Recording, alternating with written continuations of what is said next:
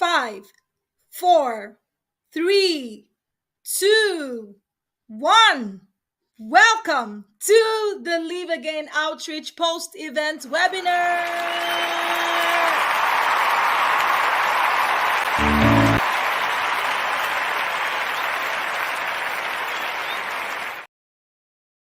5, 4, 3. We are here experiencing women who have hit rock bottom. Welcome to the Live Again Outreach post-event webinar. Are getting a chance to live again. The convener of this event, Enifome, has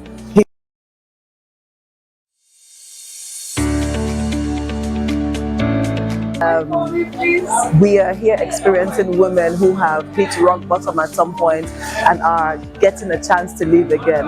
The convener of this event, Enifome, has hit rock bottom. She has found a way to get up, and she's sharing her secrets with everyone today. Not only is she sharing her friends, she's brought women together from all walks of life, from in and outside of Lagos, to come and live again. And that's exactly why we're here today.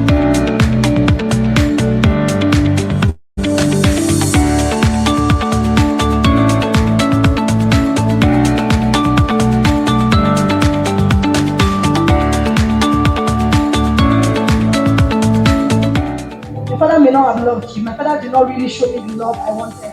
So there was something I was looking for and I did not know. That was why I attracted an abuser. You didn't just marry an abuser, you attracted him. The things in you, all those anger, bitterness, maybe some of you saw your mother being abused. Those things are still there. Today you need to let them go.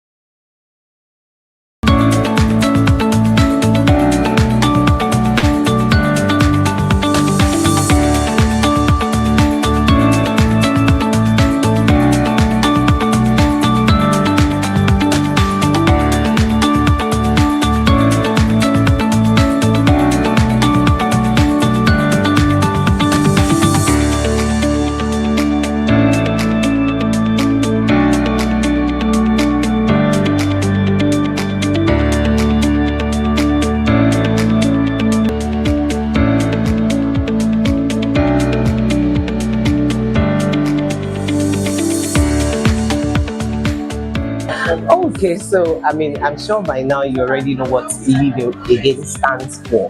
The whole idea is to help women who have been broken, who've been through life issues. In the process of being married, suffered domestic violence, and all the words that comes with it. So the whole idea really is to give them hope, help them realize that they can live again. They don't have to die with whatever incidents happened to them. And then, ever since I find about this program, even though it's for Lagos people alone, I have to summon the courage, I registered, and then I find my way come. Even when I heard about the transport was huge, I still have to find my way and come here. It was awesome, it was beautiful, and I bless God I was here. I want to say a very big thank you to Live Again Outreach. This means a lot to us as a family, as a business. God bless you and prosper the works of your hands in Jesus' name. Thank you so much.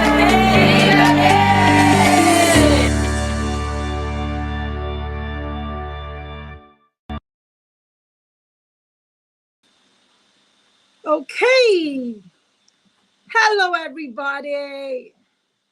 Good morning, good afternoon, good evening from wherever you are watching in the world. If you're in here, can I see your comments? I want to see those who are around. If you're here, let me know that you're here. Who is in the house? Who is in the garden? Who is in the garden? Who's around? Show yourself. Show yourself. I want to see the comments. I want to see those emojis. Drop those emojis in the chats. I want to see your excitement on a scale of 1 to 10. How excited are you? Drop it in the chat because the next 2 days are going to be transformational. I guarantee you. The next 2 days are going to be transformational. So drop it in the chat. Drop it in the chat. Drop it in the chat. Who's in the house? So I'm looking at my screen. I see Omolara. I see Life with Christy. I see Comfort. Someone is saying my wig looks good on me. Thank you so much, Comfort. Hi, everyone. Hi, Deborah. It's been a while. Hi, everyone. It's good to be here. It's exciting to be here. Hi, Henrietta. So I'm looking at your comments here. Hi, everyone. It's good to be here. How are you feeling today? How is today for you? Let me know. How is today for you? I'm excited. I'm super excited because we are doing this. I'm very happy. Just a little bit of introduction. My name is Enifome Ubimi. I am the founder of the Live Again movement and the executive director of the Live Again Foundation. This webinar was put together by the Live Again Foundation to help women live again. So we had an outreach on the 27th of April, and this is like the follow-up webinar to just be able to delve deeper into topics that have to bother and do with women that need to live again, basically. So we're bringing women that are already living again to help other women live again. And it's going to be an exciting time. So tell me, what are your expectations for today? What are your expectations? What are you hoping to get out of this webinar? Let me know in the chats. What are you hoping to get out of this webinar? Let me know in the chats. Thank you very much for those saying I look amazing. Thank you so much. Thank you. Thank you. You love my high spirit. Thank you so much. Thank you. So let me know what are your expectations for this webinar tonight? So tonight we're having Chris Dokubo. She's speaking on living again after domestic violence and divorce. And we're also having Dr. Catherine Onyejaka. She will be taking the topic, finding your voice again. So let me know, how are you feeling and what are your expectations? So I'm going to be looking at the chats. If I don't see the chats or if I don't see your comments, I'll just be looking like this until you comment, until you speak, because I want this to be interactive. I want everyone to be carried along, right? So don't keep quiet. When you're asked a question, please ask. If you have a question as well, feel free to ask. This is a safe space for women and a safe space for you. Okay, someone is saying, I'm excited. I've got my hair up and my joy following this chariot, anticipating the fire. Fantastic. Okay, so like I was saying, my name is Enifome, right? And I went through abuse. I have gone through a lot of things in life. I've been through a lot of things, but abuse was the what I call the ogak pata of them all. It was the height of what was supposed to kill me, right? But I decided I was not going to die. And I was not going to be a walking dead either, because it's one thing to say, okay, I will not die. It's another thing to be a walking dead, where you're wearing makeup, you're looking good, you look fine, you have a glow about you, but you're dying on the inside. And that is not what God intends for us. So for me, I got to a point where I said, there has to be more from my life. There has to be more. This cannot be all there is to me. I was going through abuse. I was shrinking, even though I was patching up and wearing makeup and trying to look good. I was a shadow of myself. Some of you were at the outreach. I'm sure you saw my picture where I had the merely existing and living again. You can go to my page on Enifome Speaks and you will see that picture there. Just scroll down a little and you will see that picture there. I was once a broken, abused, distressed, tired, frustrated, depressed woman, right? Until I just said, you know what? I can't continue like this. I need more out of life. There has to be more out of my life. This is not all there is. This can never be all there is. And from there, I began to really just cry out to God, and really just cry out to God and say, God, you need to help me. You need to help me. Even if I made a mistake, even if I saw the warning signs, even if this is a bad decision, please have mercy on me. And I began to cry out to God, and God began to help me, and He began to heal me. He began to heal me. And as I began to get healed, I began to really aspire more out of my life and do more out of my life. One thing that I leveraged was what I had in my hand. I just took what I had in my hand at that time, which was really emceeing. And I took that emceeing and I said, you know what? I have been emceeing part-time. And after the whole abuse, the effects of the abuse, one of the effects was that I lost my job. So I had to pick up what I had in my hand, which was emceeing, right? And from emceeing, I began to really do that and serve and use my gifts and just basically start with what I had. And from there, I began to develop myself, invest in myself, serve. And, God just began to help me bring in new people into my life. From then on, I began to live again, right? My story is very long and I don't intend to bore you. Some of you were at the outreach, you heard my story. If you've not heard my story, this is the abridged version. But if at any time you want to hear my story, you can go to my YouTube page. You will watch enough about my story. But basically, I went from being abused, being broke, being tired, being distressed, being oppressed, being depressed, to helping other women that are in that current situation, because I healed, because I decided I was going to live again, and because I faced purpose, and because I took God as my source, and I said, Lord, there has to be more. Do something with the broken pieces of my life. And of course, I surrendered. In fact, that was the first thing that I did. If you've read my book, 12-Step Guide to Live Again, you would see where I mentioned surrender. It's such a key role to living again. So these are the things that I did, and this is really what helped me, and this is my story. And some of you saw the video that played before now. I was oh gosh, a lot of things, foundational problems, childhood trauma. You don't just the things that happen to you don't just happen to you. Please let me know if you can hear me, because I can't see the comments. Please let me know, can you hear me? Have you been hearing me? Is the audio great? I want to know if it's great. I want to know how it is, so that I can know what to adjust, and if it's good, and I can continue. Okay. So let me know. Can you hear me? Are you hearing me loud and clear? Is it clear? Let me know. Let me know. Is it clear? Can you hear me? Hello? Can you hear me? You can hear me. Okay, fantastic. Okay, so enough about me. I didn't hold this webinar to talk about myself. I'm bringing speakers that will talk about themselves and their stories. For me, for those of you in the outreach community, you already know my story. If you don't know my story, then you've not visited my YouTube page. And while we're at it, please subscribe to this Live Again Movement page and like the video. If you subscribe and you like, it will suggest this video to other people that might need it, and they can join in the broadcast. Okay, so please like this video right now if you haven't, and subscribe. That would help us reach more people. We're very few here. Any group that you're in, just go there and call people. What are you doing? It's time to live again. Tell them it is time. Copy this link and share. You know how pastors pray in the morning and pray during meetings, and they say, share, click the link and share. Let me become them today.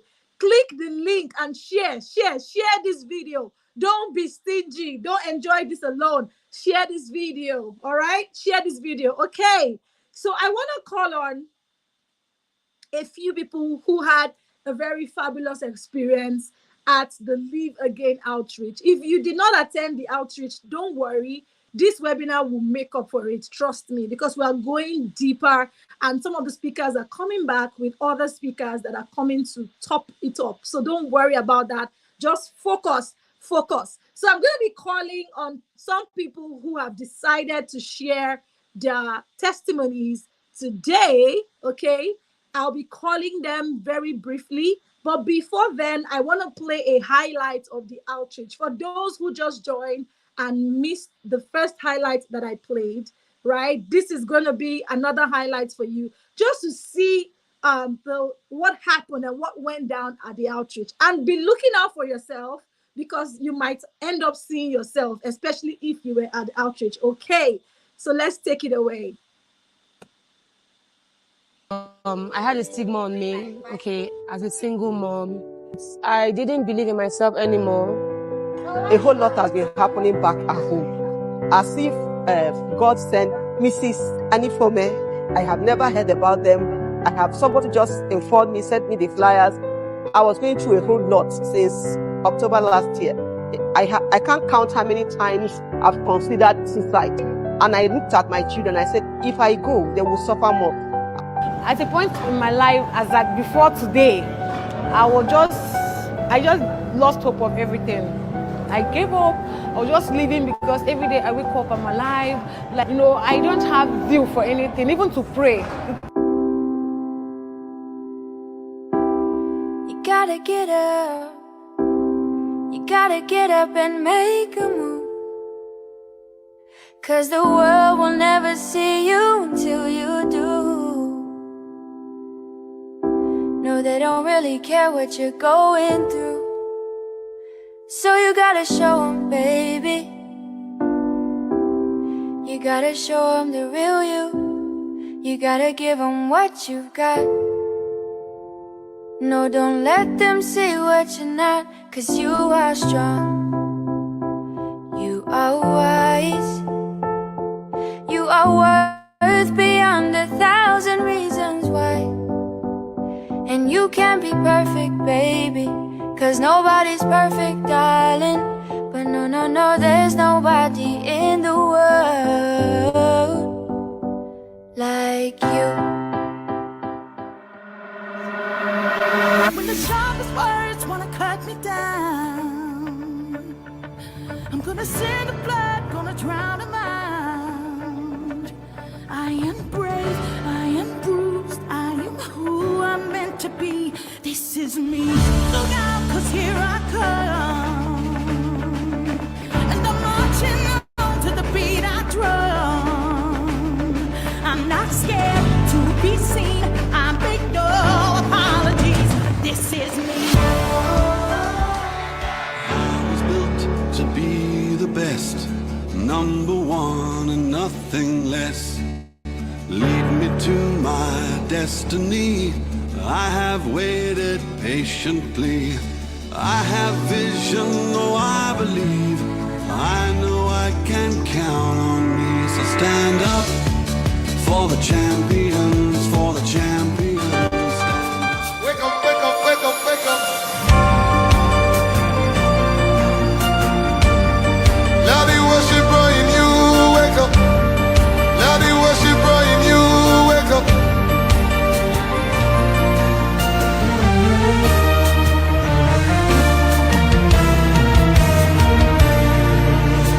This is my story. You are my song. Fantastic. Did that video bring back memories or what? If you were at the outreach, tell me, drop it in the chats. What was that experience like? What was that experience like? I remember that after the outreach, I was speechless for days. Honestly, I couldn't articulate how I was feeling. All I know was that I was feeling really, really happy. I was feeling fulfilled. I was feeling grateful for the privilege. I was, it was a burst of emotions. I was really just thankful for all the times when there were challenges and I kept pushing and I said, you know what? Let's do this. We must do this. For all the times when I felt like, okay, maybe this living again thing is not worth it. For all the times when I said I would live again, that day just made a lot of sense. It made sense of all the tears I was crying and all the things that I was learning and just the journey that I was in living again. So it was, oh my goodness. If you were not there, trust me, let me say it, you missed. If you were not there, you missed. I can't quantify how much you missed, but you really, really, really missed.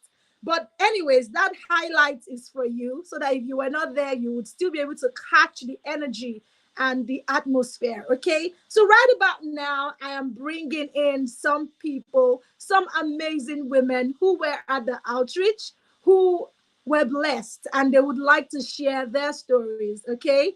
I'm going to be bringing them in so that you don't just take my word for it. You don't just take my word for it. You need to hear from people that were there, because even I have not recovered, and I do not, emphasis on do not, want to recover. So the first woman I'm going to be bringing in is Oreofe Adewale. Are you here? Are you here with us? Yes, I'm Hi, here. I'm Oreofe. here. Hello, Ma. Good evening. Good evening. I'm so happy. I'm so happy. I'm short of words. Really, I'm really short of words. I just don't know what to say. It has been a different scenario for me. After the Live Again outreach, it has been an explosion. You understand? As in, like I kept something inside of me, and the thing was almost deteriorating. But God linked me to you, ma. God linked me to you.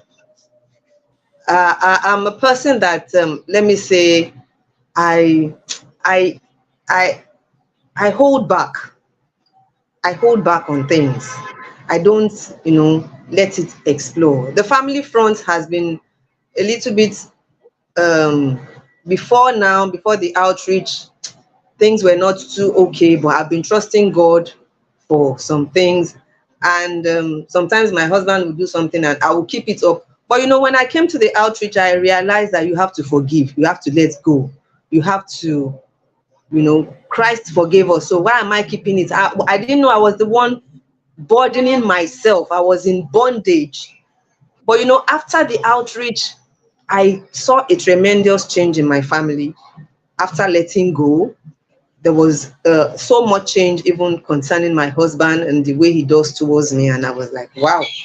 So having to live again goes a long way. Having to die and resurrect, and you letting go of that bitterness, letting go of that anger in you, it paves way for a lot of things, which I'm really, really grateful for. And right now, there is also, I have a book. I've actually written this book 2 years ago. I only made a draft about it. We have a small business, Fidi Bakery, where we make sumptuous treats. And I also try as much as possible to teach younger children whenever it's holiday period. So most parents then were like, I should try as much as possible to put this thing in ebook. It was like they were just saying anything they like. But when you talked, I was like, there was a life that came into me. And said, this thing, you have to bring it alive. I was like, wow. I now sat down. I began to, all the things I've written, I now had to sit down, restructure everything. With the boot camp, I'm really, really grateful for the boot camp. I'm part of the main stack participants of the. I am so happy about it, and it's really, really helping me that with this now, the ebook. I know from now on, there are ways, that I can reach out even to the global world to teach people that which God has placed in. There is a skill God has put in each and every, there's a talent God has given each and every one of us. And another thing I found out about myself is I'm a chorister, but with time, after the outreach, I realized you need to give back. You need to give back. You have so many things in you that you need to give. I now told them that, okay, let me go to the teenage class for me to be able to teach them. I realized there were so many things these children were lacking. When I came in, even their teachers that were teaching them, they all told the teacher that please, they don't want any other teacher, that I should be the one coming to come and teach them. I was like, wow. I only came as a volunteer. I'm not really a children teacher. They said no, that they don't want me to go, that I have to, that the kind of impact I'm giving the children now is quite different from. I can see that there are lots and lots of potential in me that I need to give back. And I'm so grateful for this outreach. I'm so grateful, ma, for my sister Enifome, for giving for this platform. It has really opened my eyes to a lot of things. And I pray that the Lord that has put this in your heart will not fail you. He will not leave you. He will not forsake you. You continue going higher and higher in all your endeavors in the mighty name of Jesus. And to each and every one out there, Amen. don't think that it's all lost. No, it is not. You have that potential in you. Let it come out. Build on it. Yes, you have a generation to impact in. Yes, as a woman, we have a lot of things we God has deposited in us. So don't just feel bad. Don't just feel no, this one. No, no, no, no, no. Come alive. Let that, you have it in you. You are carrying it. It's like the way we carry babies in our womb. It is there. We need to birth them out. And I pray that the Lord God will continually help us all in the mighty name of Jesus. I'm so grateful, ma. Thank you so much. Amen. A round of applause for you. Thank you, ma. Sisters, let's drop the emojis in the chat. Let's drop the emojis in the chat. That was amazing. I mean, how was that? Oh, don't Thank take you my so word much. for it. I want to hear from you. How was that? Thank you so much, Oreo Fair. This is just the Thank you, ma. beginning. This is just the beginning. Like I said at the outreach, you have to die. Everything that you're looking for is waiting for you to just die. Die and you Yes. live again. That's it. Except a corn of wheat falls to the ground and dies, either by Cannot fire come or out by again. no matter the success you think you've achieved, if you've not understood death and life, if you've not learned, see, living again is dying to live. Yeah. You've not gotten anywhere. I'm telling you. So this is just the beginning. I'm happy your marriage is better. I'm happy that you see yourself better. I'm happy that you're even writing your book, and even the way you carry yourself, the energy that you're exuding. People are Thank you so getting from much, that ma. energy, and they are also calling you to come and do things for them. I mean, it's priceless. It pays to live again. It's so cool to Yeah. live again. And I'm grateful for the privilege to be a part of your story. Thank you so much Thank for you sharing so your much. experience. Thank Thank you you so so much, much. ma. All Thank you, ma. righty. Oh, wow. Amazing. Amazing, amazing, amazing. Thank you, thank you, thank you. Okay, everyone, it's such an amazing time. I'm going to be bringing someone else right now. She's been on standby. I'm going to be bringing her up right now. But let me know, what is the one thing that you picked from Oreofe's experience or her testimony? What is the one thing that you picked? If you know me, I'm very big on transformation, and I can pick lessons from anything. And that's why I keep growing. I can pick lessons from a 5-year old, from a 2-year old. People are speaking, I'm listening. What can I learn? I never ever look at myself and say, oh, I have learned so much and I don't need to learn. So I'm going to be asking you these questions once in a while. What did you learn from her story? What did you learn? For me, I picked the forgiveness part. I picked that. So if you're here, maybe you missed the outreach and you're like, oh, I missed. That is something you can pick, right? That forgiveness part. Yeah. Yeah. Someone is saying it got to her. Yeah. So critical. Um, Fumlayo says the forgiveness part got to me. It got me. Yeah. Very, very important. It's hard to forgive. I'm not even gonna lie. It's hard, but you can forgive. That's why you let go of your need to be right. And it takes you just surrendering to God to be able to forgive. Discovery part. Okay, keep it coming. I'm gonna bring in the next person right now to share her experience, and she's none other than Comfort. Comfort, let's take it away. Hello. Hello. Is the glasses Good for me? evening. Good evening. Is the glasses and the hair and the every? Phew. Okay. Welcome. I want to say one. Thank you, beautiful man. Okay, I will try emotional because is that me? I thank God. I thank the Live Again Outreach, Live Again Foundation. Whew. Okay. My name is Comfort. Um, I teach ballet.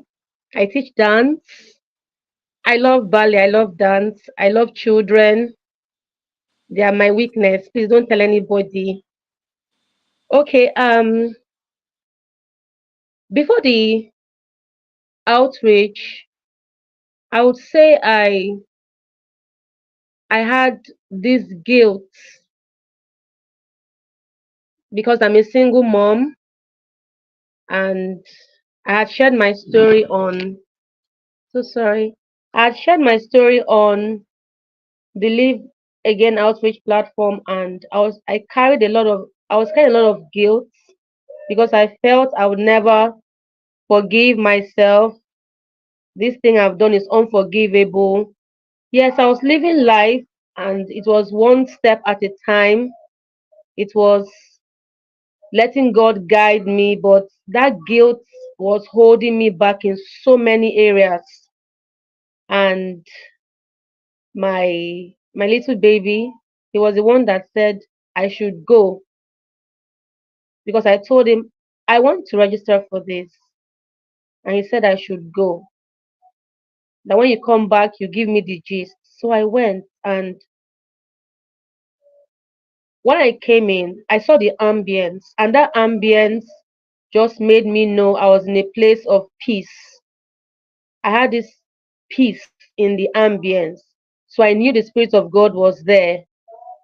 I knew, and I said, okay, I don't know who the speakers are. I don't know who the host is, but God, I trust you that today when I'm going back, I will not go back the same. And we all pray that prayer. But do we really tune into that prayer? So I keyed into the prayer, and I had to forgive myself totally, as in totally. Then could I be able to open up to forgive any other person, any other thing, wherever they will come. And that passage of the Bible that God said we should do it 70 times 7 came, that even before it comes, forgiveness is one great chain breaker, and it was it for me.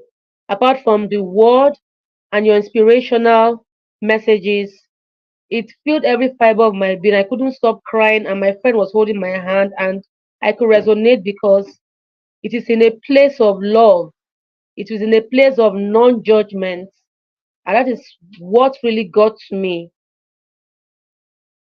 After the outreach, I told myself when I sat down and I was looking at all my notes that okay, you need to be 10 times more than how you've been comfort. I started speaking life into myself. I started telling myself positive things from the Word of God and from the book I got from the Live Again Outreach, which is 12 Steps to Living Again. In fact, that book, I've written so much into the book, and I'm like, I hope I've not abused this book. I've so written, and I'm like, I can't stop writing and I can't stop reading because the one part that got to me is until a grain of corn falls to the ground. It can fall to the ground and remain like that. But until it dies, we know the rest. So I had to make myself a grain of corn, fall to the ground, and die. It was an encounter with God in my little cubicle, and it was life changing because I now started going back to all the places that I interface with people, and they knew that a new comfort had come in. Normally, I'm a sanguine, but because of the guilt, I don't give 100%. I withhold, and this trust issue is there because there has been so much pain, so much anger, so much holding up, so much bottling in. So I started giving away, giving everything. One place was serving God. Of course, I was volunteering in the children's department. When they want to dance, I teach and all of that. I had to make myself a portal where life, because women, we are portals. Life comes out of us. God gives us life. We can't engage in a thing and the place remains the same. That is why this live again is so key for me, because God is using a portal, and that is you, my sister Enifomes. God is using you because you are a portal. When a portal opens, everything begins to manifest. We can't even stop it until the portal closes. So it is left for the portal to remain open. And that was what I said, God, I need to do so much. I don't know how much you've given me on this earth. But while I will be here, let me keep on practicing the spirit of forgiveness, the spirit of service. I started teaching in downtown Oworoshoki where children don't have money to go to school. So I and a group of people started teaching them. Of course, through Montessori, we used materials, gave them books, and try to make them have this impact of okay, so I started looking for where can I serve. This life is so much to give. I have so much to give. I shouldn't keep it hidden. The Bible says a city set on a hill is me. I need to let my light shine. I'm that city set on a hill. So I started volunteering. I started giving more. I went back to my book that's been in my laptop, a journal for David, and I started writing it little by little.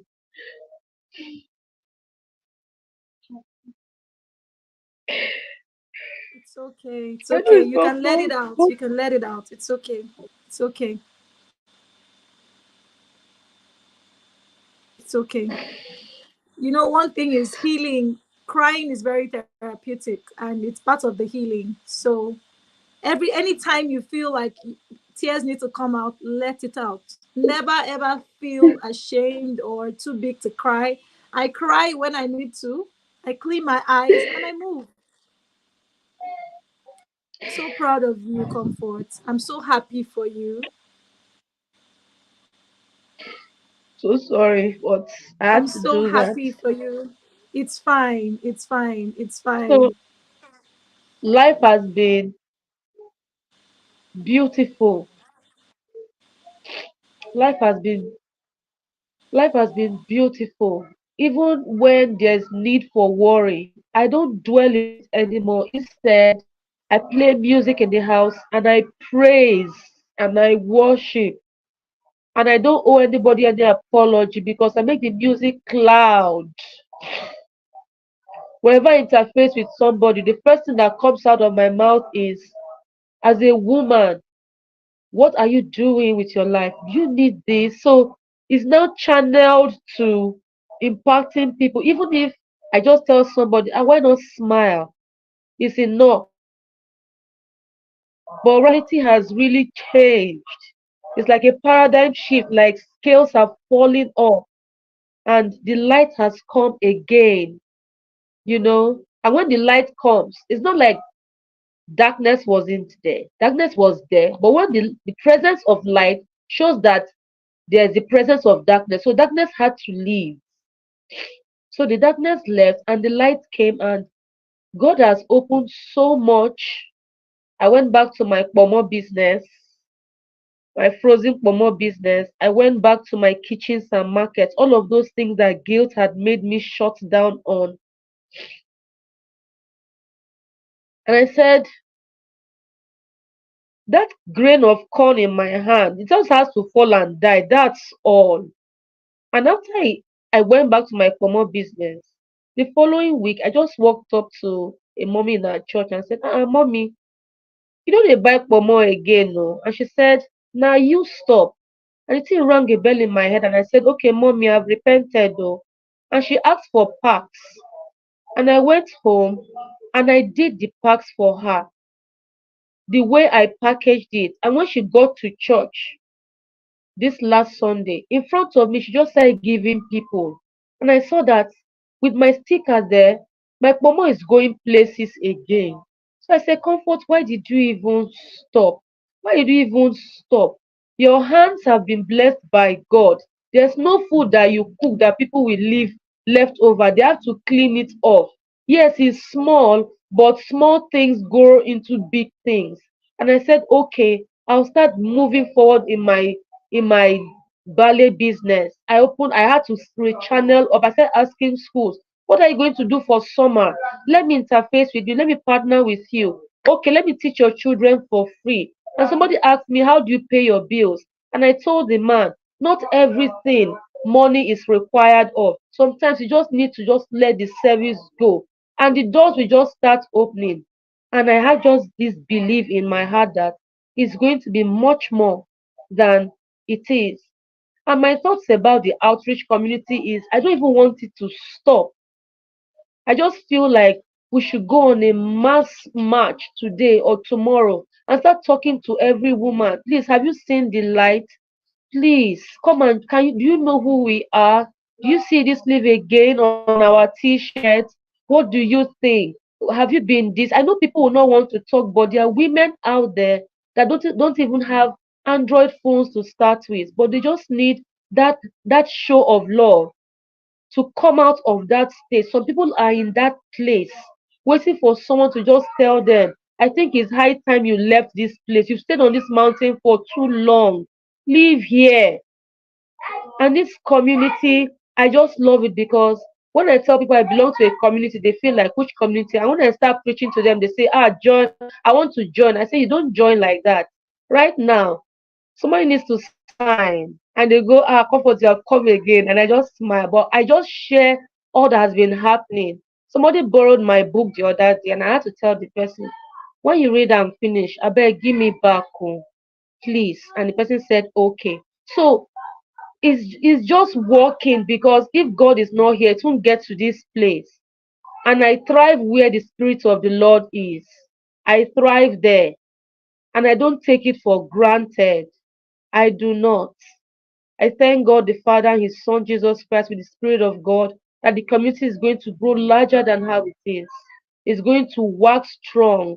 And to every woman out there that is listening to me, just know that you are an epitome of everything beautiful and everything positive. It just starts from knowing God. I know we don't do altar calls, but you just need God. You need Jesus. And that's just it. Thank you so Wow. much. Oh God my bless goodness. you. Please, one word for our sister Comfort. One word for her, please. One word. My word will be amazing. My word will be amazing. You know, there is so Thank much more you. ahead of you. There is so much more ahead of you. I always say you will never Thank know you. how much you're merely existing till you begin to live again, till you begin to truly, truly live. One thing that struck me, and I would like us to share, what is the one thing that struck you? One thing that hit you when she was speaking, something that really like, okay, like an aha moment. For me, it was when you said, the woman said, why did you stop? Why did you stop? Because you see, that woman that Elijah went to meet, the widow, when he told her, bring jars for me, it was her jars that finished. The oil did not finish. So she brought the jars that her mind told her to bring, the jars that, based on her estimation of herself and her life, let me just bring this small number, please. I beg, with my small life that I'm living, please. Oh, she had that woman. Whenever I teach about mindsets, I use that woman as part of the examples. That woman is an example of someone who had a limiting mindset. She just felt, you know what, this is all I have. Let me just eat this one and die. She had given up on life. So it affected, even when an opportunity came for her to bring jars. Look at the jars that she brought. Until he said, bring more jars. She said, I don't have any jars again. Oh, the oil was still there, but the jars had finished. So there is supply. But when life happens, you now stop. You just assume in your mind that, nobody wants me. Nobody wants to buy. Nobody cares. Nobody this. It's all in your head. It's not real and it doesn't exist. It's all in your head. The moment you begin to live again, everything begins to dance to your tune. You are the singular most important factor in your live again journey. Even God needs your cooperation to help you live again. So get up, because it's time to live again. Thank you, Comfort, for sharing. I am waiting for the chat. I want to see those who got blessed by Comfort. Thank you, Comfort. You are a blessing and you can never be cursed. It's a new beginning for you. Thank you for Thank sharing your you. story. I look forward to more achievements and more amazing things concerning you. God bless you. Amen. Thank you. Thank Oh you. God bless wow. you So let too. me know. Let me know in the chats. Let me know one thing that hits you when she was speaking. For me, I've said what hit me. So let me know. So the way I roll, the way I function is that I'm gonna keep drawing things out of you. I'm gonna keep drawing and pushing you pushing you to open your mouth and speak. If you were at the outreach, you see where I said there are many things that come to you when you speak. When they say a closed mouth is a closed destiny, it's not cliche, it's true. You think you are getting something when you don't speak, but you're missing a lot when you don't speak. All right. I even want to celebrate the women who decided to share their testimonies. I know that many women, we had over 500 women at the outreach, and I'm sure that most of them were impacted. But only 2 people have shared, and it takes a lot to share. Some people are camera shy, right? We have some people sharing tomorrow, so we're gonna just do this for tonight, and then tomorrow we'll have more people. All right. But I really, really want to congratulate the women who shared. Congratulations. Please tell me in the chat. Now, this one is not that you should come to camera. Tell me in the chat, what is the one thing that you picked from what Comfort shared? I'm not going to bring our speaker until I hear it. Our speaker is here. She's already around. Yay. But I'm not going to bring her up until I see what you're sharing concerning what Comfort shared. What is that one thing that you picked from the things that she shared about her life? She shared one last one before she left. She said, you need God. She said, you need a relationship with God. Did you hear that? She said, the woman said, you are the one that stopped. And since she began to pick up her pomo business, people are now calling for the pomo everywhere. Her pomo is even going to places that, that she never thought it would go. It is going global because she began to live again. So there are many benefits of living again. And it is your time to live again. So if you are watching this, it's not a mistake. If you're here, it's not a mistake. Okay? Nobody wants to share what they learned from Comfort. I'm just going to sit here. So apologies to our speaker. I'm just going to sit down and wait for them to share. Okay? I'll be looking at the chats. Share something. Otherwise, we will not proceed. I can do that, and I do it a lot. So I will just sit here until you share. Someone is saying the part where she forgave herself first to live again, then forgiving others. Yes. Forgiveness is a gift that you give to yourself before you can give to others. The reason why you're struggling to forgive is that you have not forgiven yourself. Another reason why you may be struggling to forgive is that you've not healed. If you don't heal, you cannot forgive. So it's only someone that has healed that can forgive, or someone that is embracing healing that can forgive, right? So she mentioned that. Okay, is it just one person that has something to share from Comfort? Let me take one more person so that I can bring our speaker up. Let me take one more person. One more person. Tell me something from Comfort that hit you. She said there were so many nuggets in her speech. So many. Let's learn from everything. It's one of the qualities that helps you to be able to live again. You need to learn from experiences, learn from everything. Someone is saying service. Yes, she said she started serving. She started serving, going to ask people, do you need anybody? Going to schools? If you read the book 12-Step Guide to Live Again, that's one of the steps, service. So I celebrate you, Comfort. When you said you had read your book is now looking like what I don't know. You know what came to me? People that have clean Bibles and people that have Bibles that look rough. Those that have clean Bibles, some of them hardly read their Bibles. So it's okay. Let the book look old. Congratulations on taking your Live Again journey seriously. Like I said, this is just the beginning. Okay, someone is saying, I am seriously encouraged by Comfort. I am encouraged too. I'm encouraged too. You know, when you do things like this and God gives you an assignment and you see people that are taking, the things that you're doing seriously, they are taking the lessons and taking the juice from the things that God has brought out of your life and they're using it to live again. It's so fulfilling, trust me. And I'm really, really, really, really, really happy and proud of Comfort. I know that this is just the beginning. There are many things she didn't share that she's already begun to experience, but many more things will begin to happen in your life in Jesus' name. Amen. Okay, someone says, I'm seriously encouraged by Comfort. There is hope for me. Absolutely.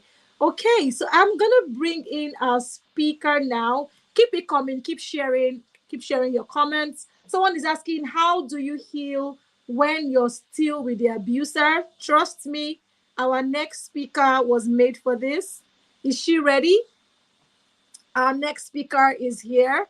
And just before she comes up, how do you heal when you're still with the abuser? The question is, what do you really want? This person that is abusing you, have you had a conversation with this person? Have you had a conversation with this person? Is the person someone you can talk to? Are there people you can talk to about this person? You know, when you say, how do you heal when you're still with the abuser? Give me a clue to the kind of abuse and the kind of things that you're dealing with.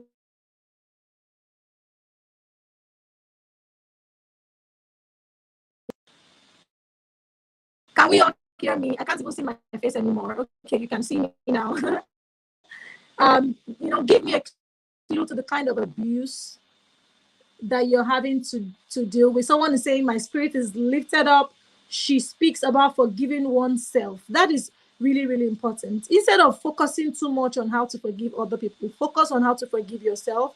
If you're able to forgive yourself, it will be easy for you to forgive others, or at least one step further, right? Take you one step further, right? So let me just answer the person that said, how do you heal? Let me look for her question. How do you heal when you are still with the abuser? Now, healing is a choice.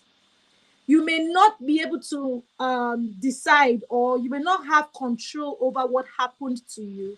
But one thing that you have control over is your healing.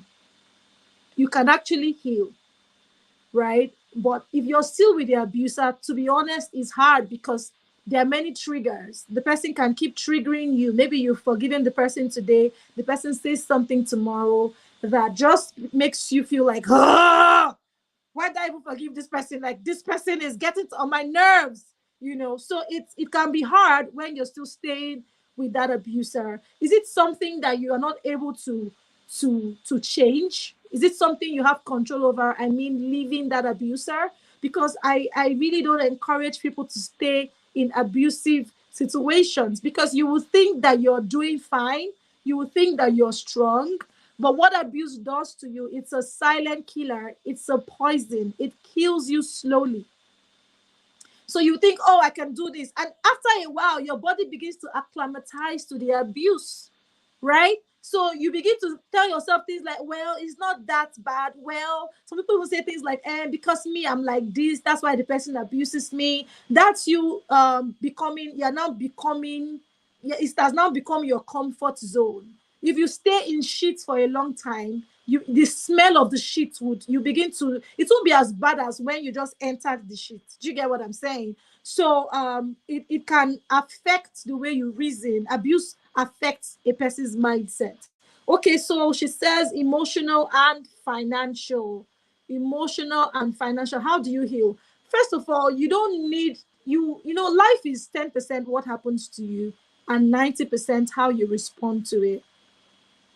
If this person is making you feel less of yourself, the person is depriving you of things, doing things that make you sad, you have to find that happiness inside of you. You have to find what makes me happy.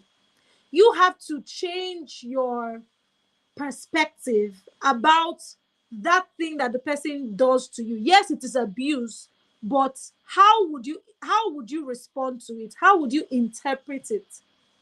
Ask yourself, how did I place myself for this person to begin to abuse me? So one of the things that you can start doing is looking at yourself as a big deal, looking at yourself as somebody that is worthy, because abusers abuse people that already feel less of themselves. Abusers don't abuse everybody, trust me. It's not every woman that can be abused. Can you go and abuse Ngozi Okojo-Iweala? Like, seriously?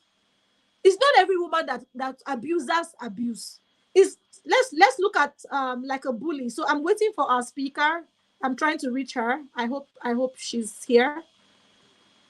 A bully would not bully just anybody. A bully will bully someone that they already sense fear in.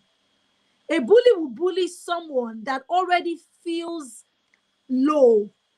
They know how these things are vibes. We're all carrying energy. So when you carry an energy that that that you're already intimidated, that you're already feeling less of yourself, there is a way you'll be behaving that a bully can bully you. So I would say this to this person: look at yourself, reevaluate your self-worth, and know that you are worthy, and then decide, create boundaries.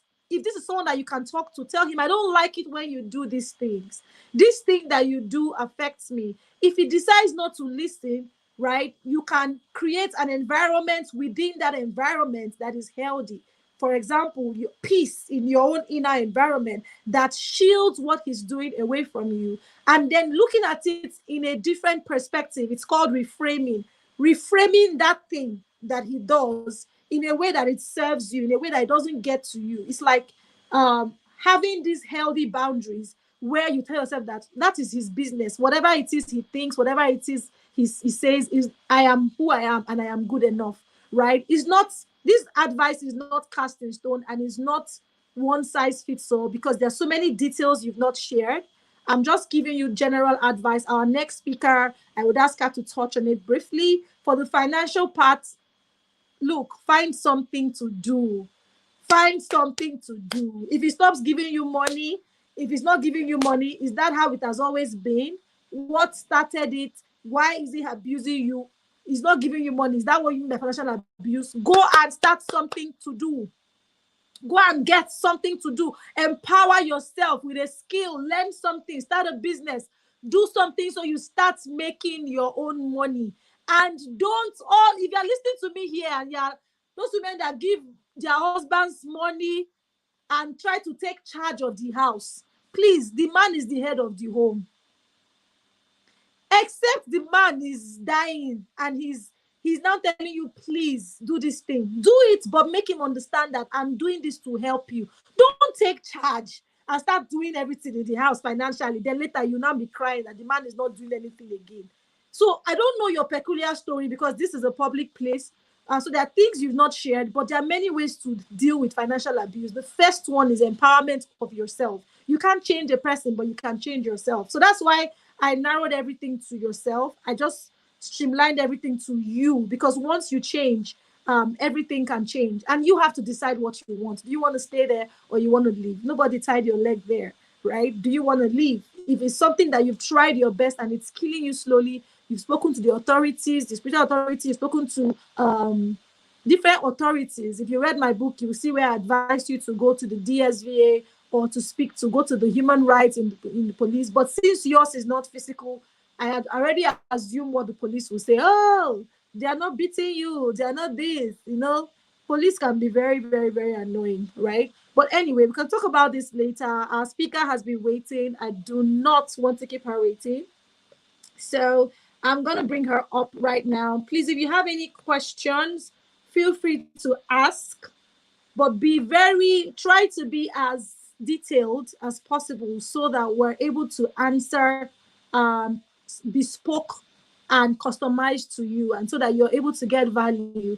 But even if you don't get, even if you're not able to break it down and really go granular and really go micro, as in really share details, if you're part of the outreach community, just send your questions to Rachel and it will get to me. Okay, send your questions to Rachel and it will get to me. That is if you want to be discreet. Okay, so right about now, I'm going to be bringing our speaker. Ladies, please help me in the chats on a scale of 1 to 10. How excited are you to hear from our first speaker?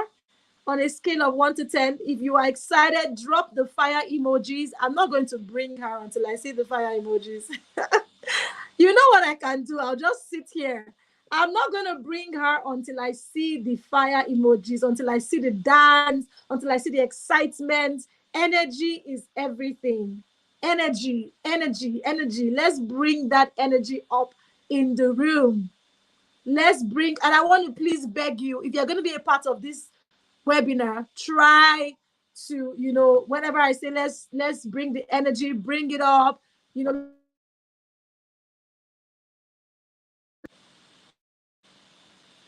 Can you hear me? Can you hear me? Where are my people? Where are my people? Let me see the energy. Let me see the energy in the chat. Let me see the energy in the chats. Okay. Alrighty, ladies, drum rolls, drum rolls, drum rolls, drum rolls, drum rolls. Give it up for our speaker. Give it up for our speaker. She is the one and only Christy Dokubo. She is a certified emotional intelligence specialist and a domestic violence survivor advocate. She also has a certification in NLP, neuro linguistic programming, and hypnotherapy. She is the convener of Rediscovering You by Ngo Wari Consults, where the focus is on discussions bordering on empowering individuals to be a better version of themselves, parenting, and emotional intelligence. They also offer training sessions, public speaking, physical, virtual on the topics. She is the author of the fast-selling book Emotional Intelligence as Simple as ABC, and she is a proud mom to four adorable children. She loves poetry and cooking, and she loves going shopping. Ladies, with a live again welcome, with a resounding applause, with excitement in your chat, let us welcome Christy Jacobo. She will be speaking on living again after domestic violence and divorce.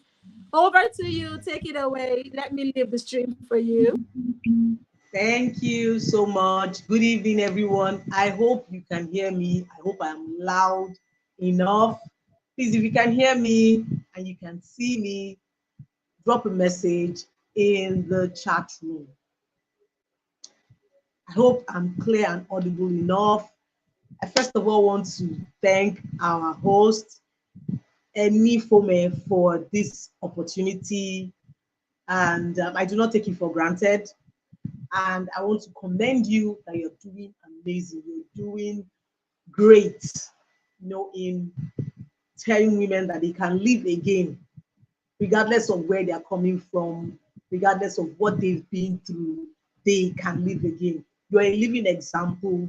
And I just want to just thank God for your life and appreciate God for the great things that you are doing and how you're touching lives. So I'm glad to be here. And I believe I have 30 minutes to share. And I'm going to be talking about living again after domestic violence. I'm not seeing any comments in the chat room. Please, if you can hear me, please say something so I know I'm not talking to myself.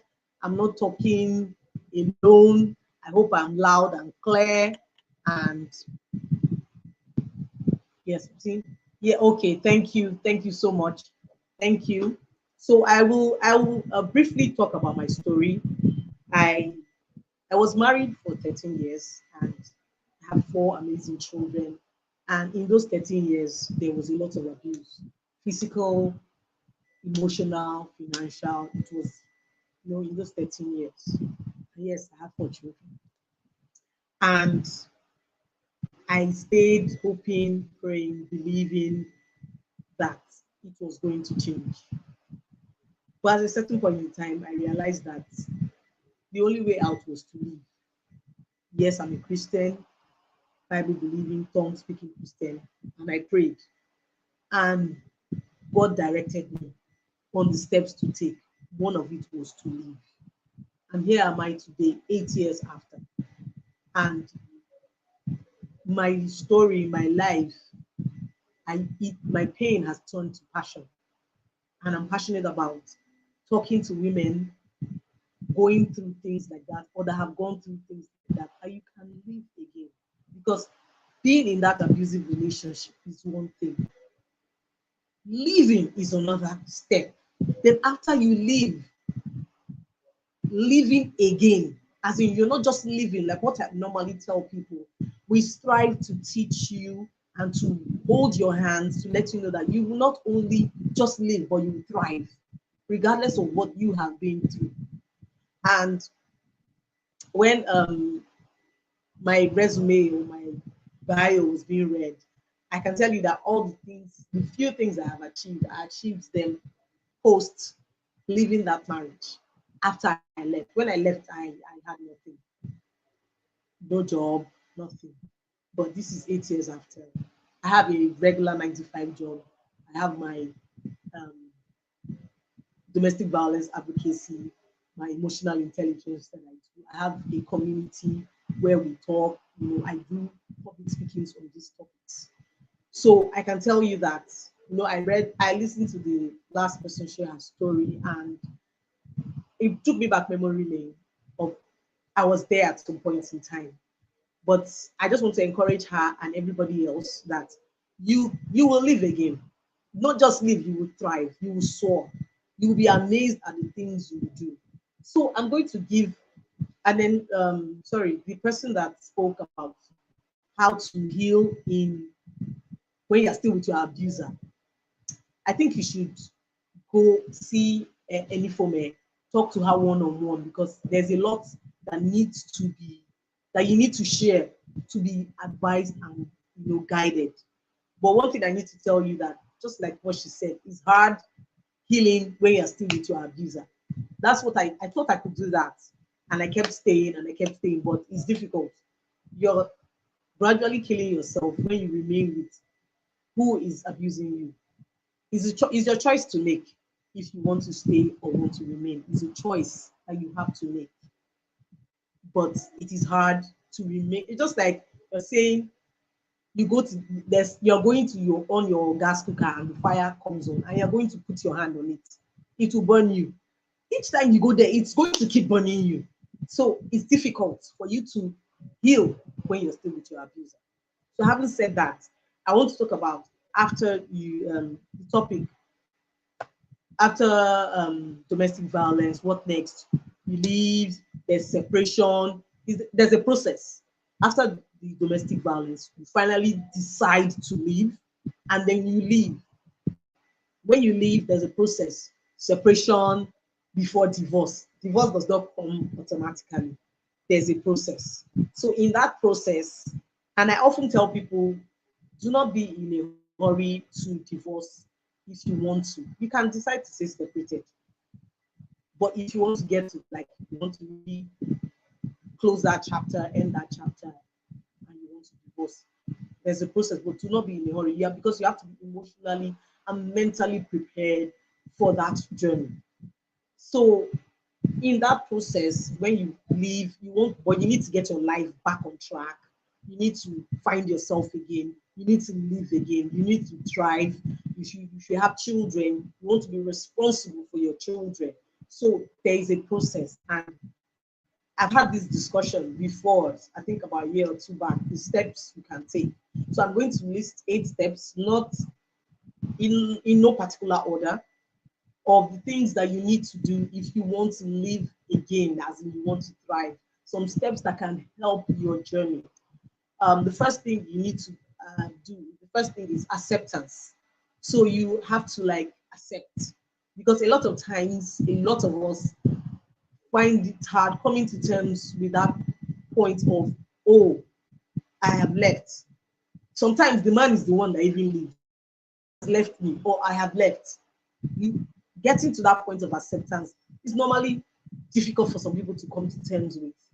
So first of all, you have to come to terms with that, new phase of your life. First thing is acceptance.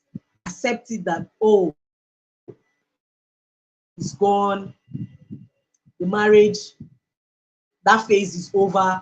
I'm now in a new phase of my journey, of my life and everything. So the first thing is acceptance. Accept where you are. Do not be so hard on yourself. And in this point of acceptance is when the point of forgiveness has to come in. You have to also learn to forgive yourself. If you've not forgiven yourself, that means you have not accepted where you are right now. Forgive yourself. Give yourself, extend grace to yourself, and begin to love yourself again. That yes, this has happened. The marriage is over, but I've accepted it. I've accepted this new phase. I've accepted this new journey. So that's the first thing you need to do. Accept where you are right now. And so after acceptance, you're okay, okay, here am I. I am here now. What next? What do I do? And like I said, in no particular order. But the first thing is acceptance. You have to accept it. But the other things can come however, I'm not doing it in hierarchy. And after acceptance, you have to make some adjustments. That there are times when some people have had to leave. For instance, when I left, I didn't have a job. I wasn't financially stable, so I had to like move back to my parents' house. So there are adjustments that need to be made. There's some people that had to move from a duplex, they had to go and live in a one room. You have to come to terms with your present reality. So you have to make adjustments. If you were living in a 500,000 naira apartment, especially for those that were not financially, did not have financial strength in the marriage, you're going to make some adjustments. You're going to have to adjust. If you had to live with your children and your partner is not responsible for them, you may have to change schools. If you were not working, you have to look for a job, look for a business. You just have to come to that point of you have to make adjustments. Adjustments like, okay, you may do two jobs, you may have to do two jobs, you may have to, change location. There are people that have had to move states, move locations. So you have to make adjustments. And then after that, next thing you need to do, thank God for Live Again community. You need a support group. You need a support group. There's so many support groups.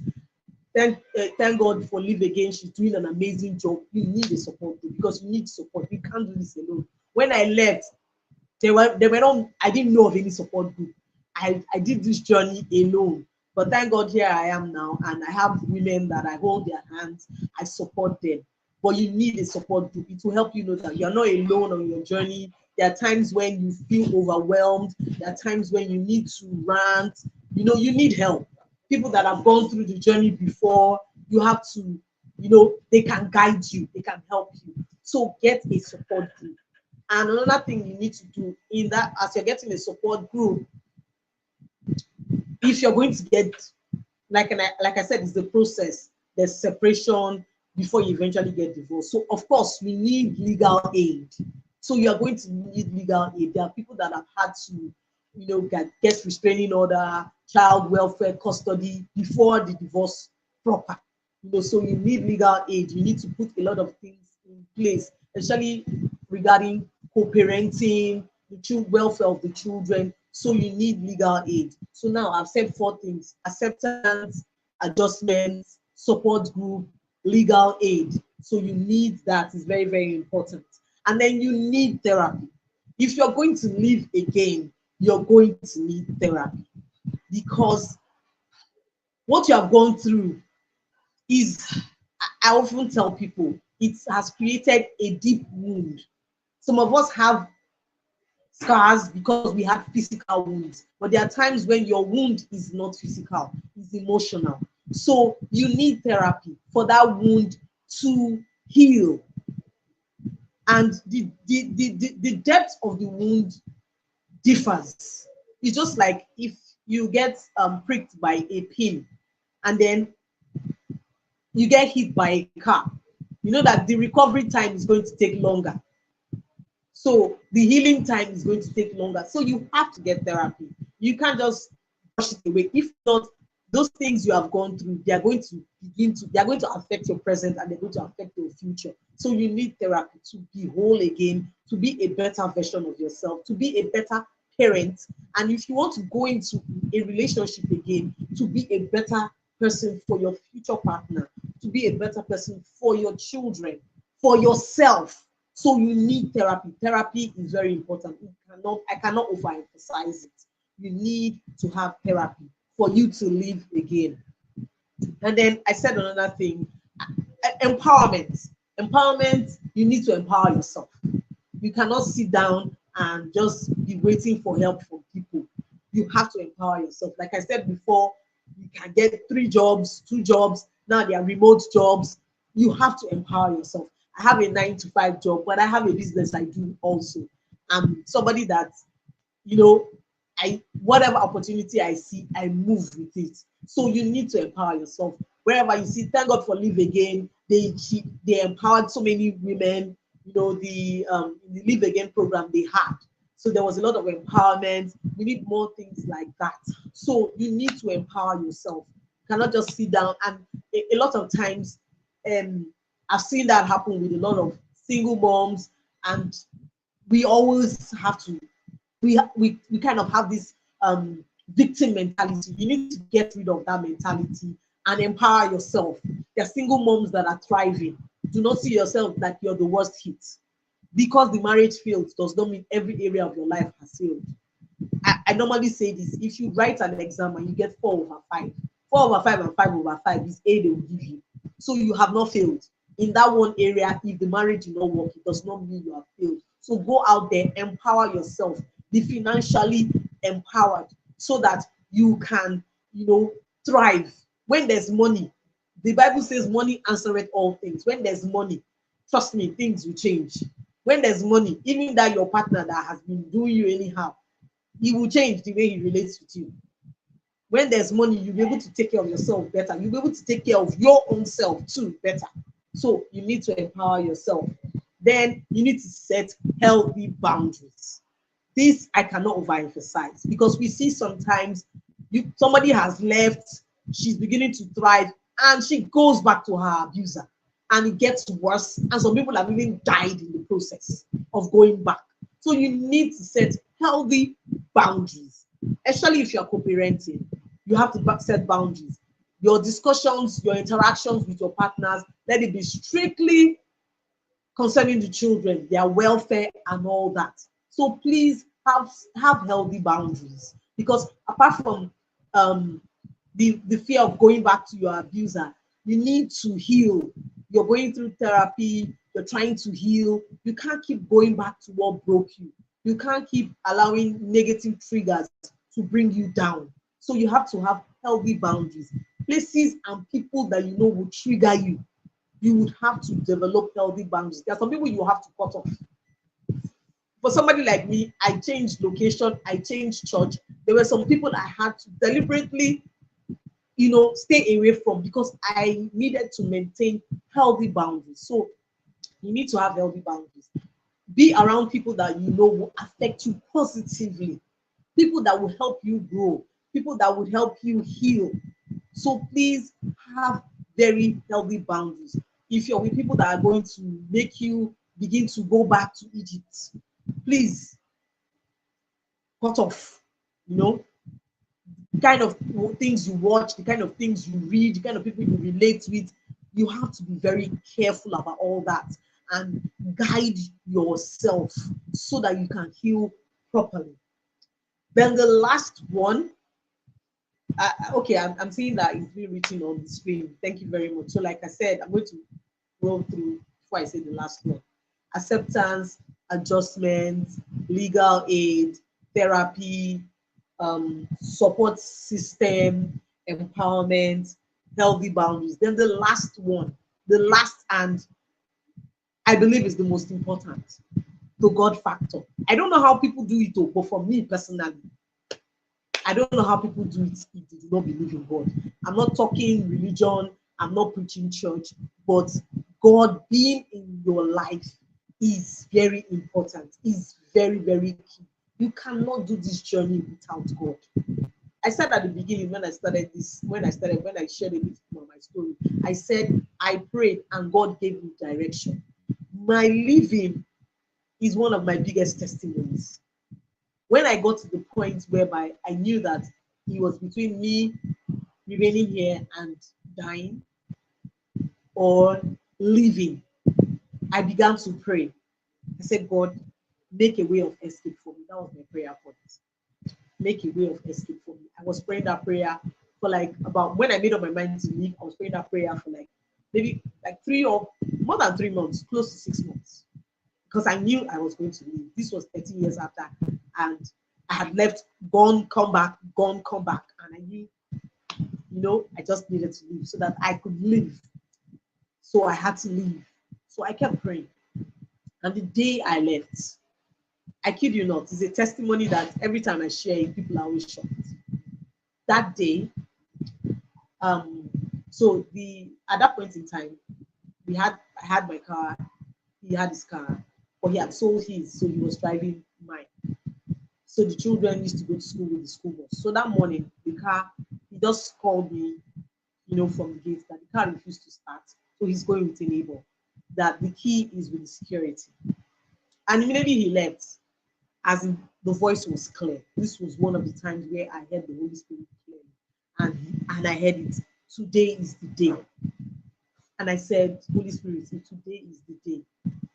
When I go down and start that car, let that car start. I got the kids ready. I did not panic. I got the kids ready, took them. When the bus came, they entered the school bus. And I took the key from the gate man and I started the car. And this car started. And I packed and I left. And I picked my children from school. I drove to my father's house. And when I got to my dad's place, I packed the car, packed out my things. The next morning, that car refused to start. I had to call a mechanic to fix that car. So that's why I say the God, and I've seen God move amazingly in my life. Like I said, I did not have a job. The way I got this job is a miracle. And in between, I've done my certifications, how I got the money. When I tell people how much I spent, to become a better version of myself, they're like, wow, how did you do that? And I look back and I know it was God. I have children today. I have my first child is 21 years old. I have children in the university, two of them, and people wonder how did it happen? Their father is responsible for their schooling and everything, and I tell you, it is God. I don't know, they'll say do this, do that. Yes, I did all that. Some people did all that and it did not work. So at every point in time, I was always, even when I went to court, asked God, like when I asked for the welfare of the children, we went to court. Every time I was going to court, I would pray and I would fast. And I was like, God, let it be according to your way. When things did not work out how I wanted it, I still said, God, I know it will end in praise. So, and I've seen God at every step of the way. So if you're on this journey, you cannot do it by yourself. You need God. You need him. He has to be the one to guide you. And I mean every step, because what he said yesterday might not apply to today. What he said yesterday might not apply to today. So at every point in time, even what I do now, being a domestic survivor advocate, God gave me a word when I was even still in that marriage. When I was packing my things, when I was unpacking, I saw the notebook where I wrote it. Because God, I get revelations. I used to get, I don't know what's happening now. Maybe I need to be gingered again. But I used to get revelations from my dreams. And I had that dream that you were going to be reaching out to 13 women. I didn't understand what it was then. Even then, I tried to start a fellowship, but it did not work. Then, my ex was like, fellowship, you, who will listen to you and all that? You made fun of me. But it was after I left. I remember that day I was unpacking my things and I saw the notebook where I wrote that dream.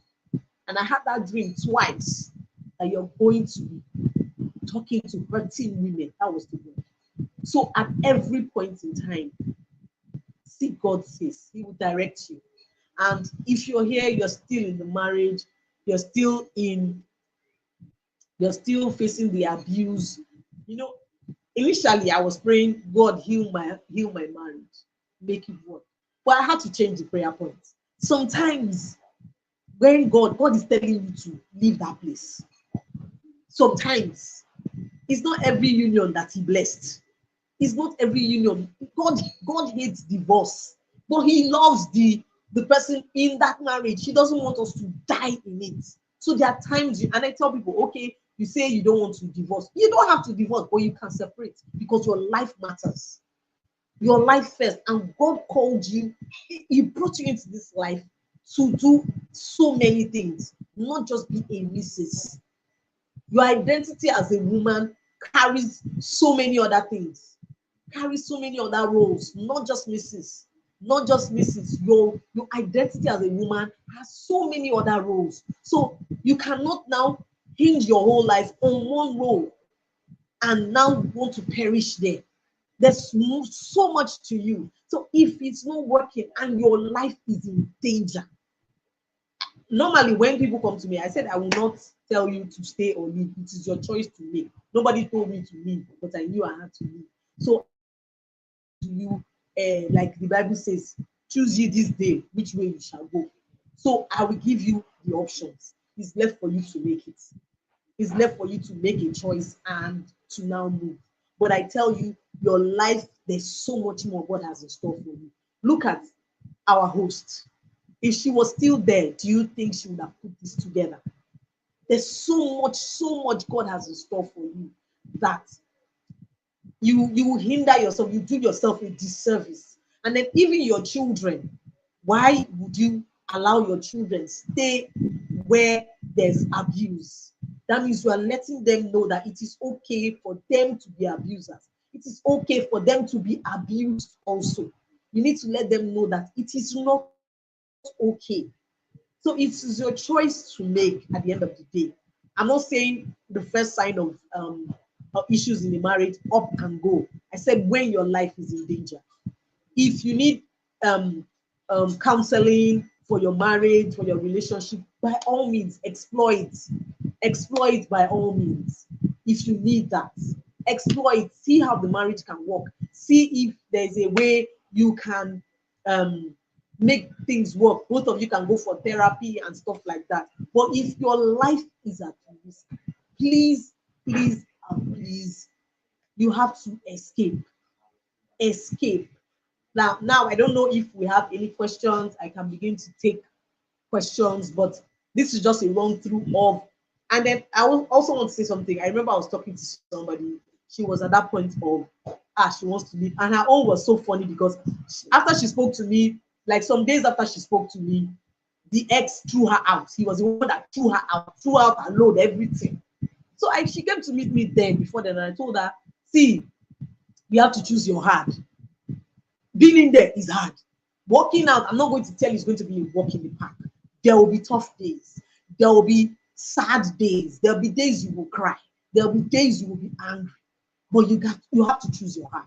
Which one would you choose? For me, this one I'm choosing is a softer heart for me because I have peace. I'm not afraid that anybody is going to come and beat me. I'm not afraid that anybody is going to come and slap me. I have peace and I'm thriving. My children are well. I'm seeing them. My mom used to tell me, it's better you are somewhere than nowhere. I'm alive to fulfill God's purpose. I remember during the Live Again, you said something and you said you want to live empty. I want to live empty. Everything God has put in me, I want to use it. So that on that day, it will not be like I had all this and I did not use it. So you have to choose yourself. In your choosing that your heart, choose yourself. And sometimes we feel that once the marriage is over, our life is over. No, it's not. My life began when I walked away. I'm telling you the truth. I found purpose and fulfillment, and I started walking in a path that God had designed for me, regardless of what the enemy thought. But if I had died there, what would happen? I would have been history now. So please choose yourself in whatever you do. I don't know if there's anybody that has questions. Oh, I know it's your answer. wow.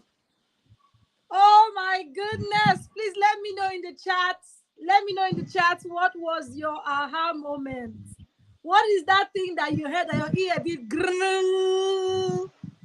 Oh my God. Thank you so much for sharing. I could relate with most of the things that you shared as someone who went through domestic violence myself. I could relate. We You are get to a spiritually point where great. you need to choose you. You need to choose you. Honestly, nobody can really, we don't tell anybody, we never tell anybody this is what you should do. We give you the options and then we let you make the decision. Because Yeah. when you make a decision yourself, it's more, the tendency for you to keep it is more than when someone makes it for you and is trying to force it on you. So you really have to decide. And when you said divorce is not the first call, yes, I always tell people that, in this party, if that's how you are, you need to know that God, if you are really serving God and you say, oh, I want God to help me live again, and you're not submitted to God, that one alone is already an error. Because at what point will God just tell you that because something just happened, one small thing, yeah, divorce? No. Separation, if it's life threatening, for your life's sake. But don't be someone that every small thing you just divorce. That's the first thing that comes to your mind. God can restore any. See, we've had people that have come to us that they were in trouble. They wanted to report domestic violence case. When we finished with them, they saw that they were the problem. They went and their marriages were restored. So Yes. we've had success stories of marriages restored. So it is not, we will never tell you, oh yeah, pack your load and be going. We will tell you to go and we will tell you some things to go and do. You will come back with the answer by yourself. Mm. So thank you so much, Christy, for sharing that. Someone is saying Thank you. light bulb moment, choose your heart. But we have a question. We have a question here. Our other speaker is here. I need to bring her up quickly, but let's just quickly take this question. Did you ever feel or think your children won't turn out well? And how did you handle raising them without a father? I escaped death many times. So please speak to that. Okay. Okay, let me first of all, I saw my sister's comment there. Hi, thank you for joining in. My sister Gladys. In fact, she's my rock, she's my one of my biggest supports. And I saw her comment somewhere. So I just wanted to say hello to her. So the question, well, yes, there were times I thought that way, but like I said, the God factor. Anytime those thoughts came up, I just committed them into God's hands. When I heard things about school, hey, drugs, this one, that one, I just said, and then your confessions really matter. I said, not my children, not my children. And I just commit it to God and I don't think about it again. When if that fear was to come up, I hand it over to God and I say, God, these children, they are your children. I'm just a custodian and they will come out well. They are going to be okay. They will be a shining example. So when people see my children say, this is your children, I say it's God, it's not me. And like I said, their father is responsible for their education. He's very involved in their life. We co-parent. They stay with me, they stay with him. So God blessed me to the point that he is a good father to them. We did not go well as husband and wife, but as a father, he's doing his best to father them. So they have that in their lives. You understand? So that's how we believe, like I Wow. said, yes. Thank you so much for sharing that. People are even answering her initially. They're answering her in the chat. Oh, wow. We have such a wonderful, wonderful, supportive community. Thank you, everyone, for sharing. Something I Christy, I wanted got to say much love for you. I'm so grateful to God for your life. to her Okay, you question. want to add something? Okay, go ahead. What I wanted to say is do your bit as a parent. A lot of times we allow the differences we have had with our partners to affect the children. Whatever decision you are making, consider your children, put them first. Put aside your issues, put aside your ego, and make any decision you have to make for your children. There were some tough decisions that had to come my way, but when I thought about my children's well-being, I had to put aside my ego, put aside the differences, and just do what's best for them. Because a lot of times we unconsciously we use the children as weapons to fight, and then at the end of the day, you're denying those children, a lot of things. So you have to try to find a balance. And like I said, you need the Holy Spirit to help you. Wow. Thank you so much. God bless you. Wow. Because of time, we got to go. But if you have any questions, please drop it. We would send the questions to her because of time. Thank you so much, Christy. This has been amazing. And I'm excited because I know that this is not the end. You're going to be coming back again. Thank you so much. God bless you. Your life is a testimony. I'm grateful to God for you. Thank you for living again. Thank you for continuing to live again. We love you. We celebrate you here at the Live Again community. Thank you so much. Thank you. Thank you for being here, for making time, and for all those amazing, amazing, amazing nuggets. Thank you so, so much. What do we say to our speaker? Let's drop it in the chat. Let's drop it in the chat. Let's appreciate her in the chat. Let's do that. Someone says, I got another healing from here. Absolutely. This is just the beginning. This is just day one. Oh. This is just the beginning. This is just the beginning. Okay, so okay, they're saying thank you so much. Thank you so much. Thank you so much. Thank you so much. Thank you so much. Oh my goodness. Amazing. Thank you. So what is your aha moment? Drop it in the chat while I bring in our second speaker right away. She's been waiting here for a while. So sorry for keeping you waiting. And I'm bringing you up now. So sorry for keeping you waiting. Please bring the comments in the chat.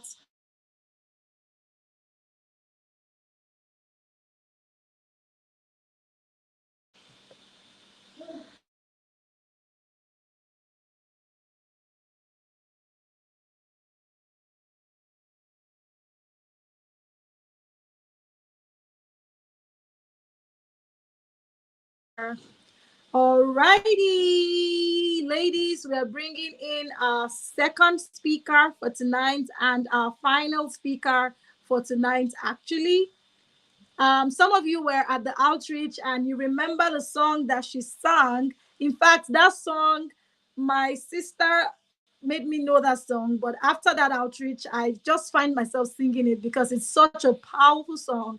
And it's such a song that really speaks to finding yourself again and really just valuing yourself to the point where you just tell yourself that, look, I am enough, right? How many of us remember the song? She came into the she came into the Live Again outreach as Catherine Onyejaka, right? But after the outreach, she became Dr. Catherine Onyejaka. I just want to be sure that she's on the stream before I bring her up. And I'm kind of waiting for her camera to come on. So, Dr. Catherine, if you can hear me, are you ready? Let me know if you're ready. Let me know if you're ready. Ladies, let me read her profile for you. She came into the outreach and we had a wonderful time learning from her on finding your voice again. But we needed her to go deeper. And so we brought her to the post-event webinar, Dr. Catherine Onyejaka. She is a seasoned communications coach and TEDx speaker, co-founder of Unique Accent Consultancy Limited, internationally certified to teach English in all countries of the world. Specializing in elocution, public speaking, social polish, and leadership skills, she also serves as the chief judge of Africa's #1 spelling competition on African Magic Satellite TV channel. Catherine's influence extends through her role as a member of the board of trustees of the Association of Diction Coaches of Nigeria, with a diverse clientele including CEOs and government officials. She is dedicated to personal growth, evident in her recently organized conference themed The Path to Success Conference as the convener. Ladies, please help me welcome my friend, my sister, Dr. Catherine Onyejaka. I can't see her on the stream.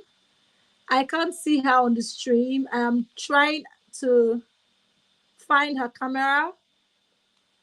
But please drop a chat, drop something that you learned from Chris Dokubo's session. If you're still here, drop it.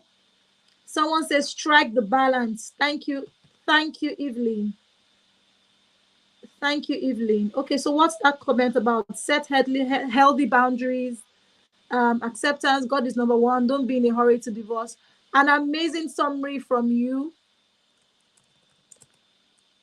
An amazing summary from you. Let's keep it coming as I try to reach our speaker. Let's keep it coming. Let's keep it coming. Let's keep the comments coming in.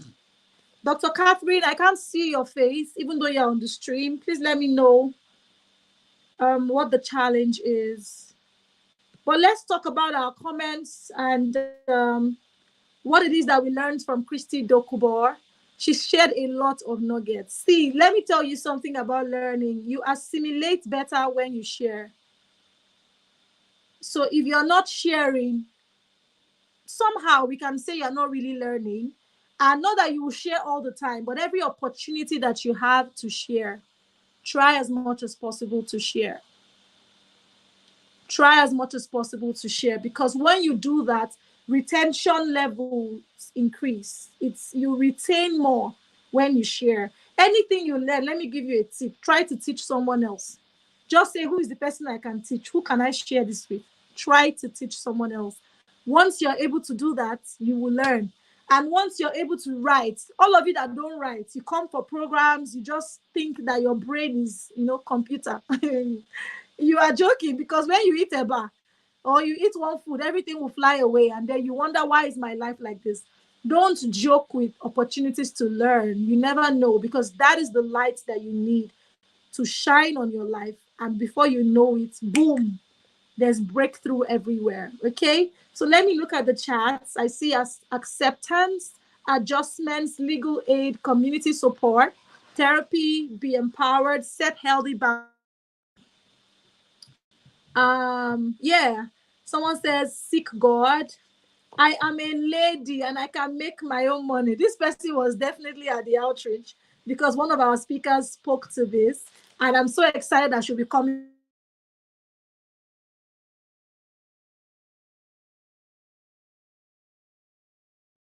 tomorrow.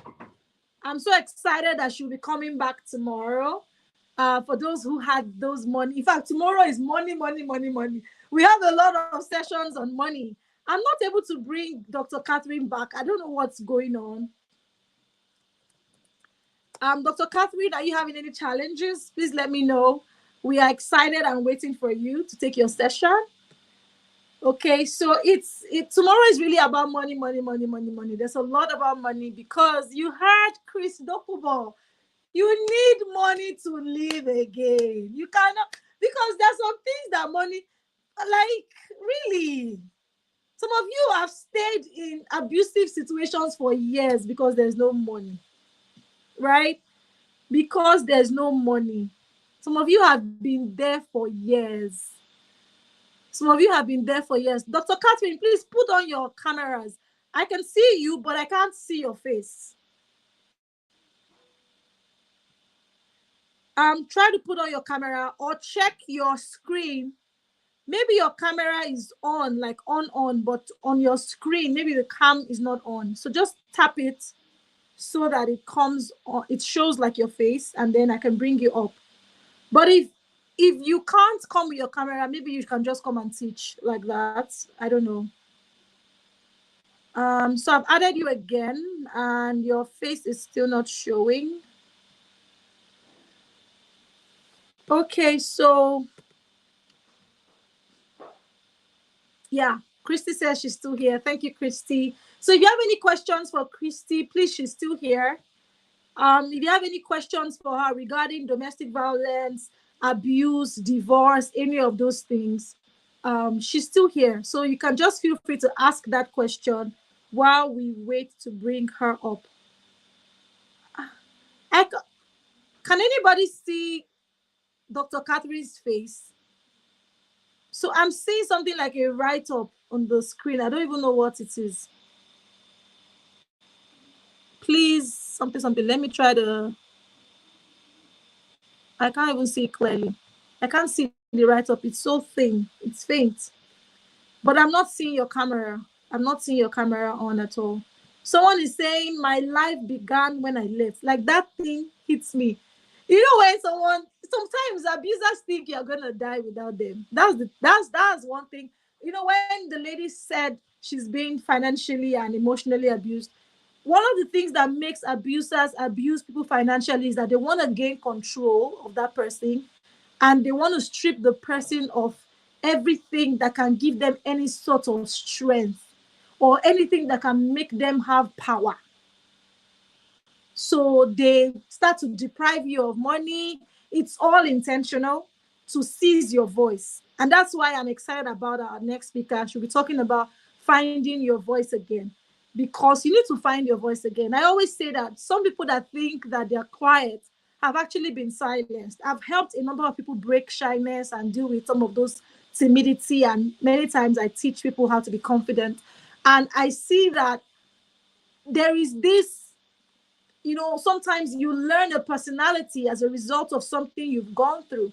And you tell yourself that this is the personality that I have. Meanwhile, it's a coping mechanism. It's something you learned as a result of something you were experiencing or that you experienced. I know someone who was abused and she struggled to tell a family member about what she went through. And finally, when she found the courage to share, the only way she could share was to write a letter to that person. Guess what? This person called a family meeting and read the letter to everyone. The person read the letter to everybody. Since that day, she became quiet, but she was actually silenced. So it's amazing to have our speaker here now. Her camera is on. Ladies, drop the emojis in the chat. Let's welcome Dr. Catherine officially. Remember her from the outreach? You were strong, you were wise, you were what beyond a thousand reasons why. Yes, Dr. Catherine, let me leave the stream for you. Take it away. Take it away.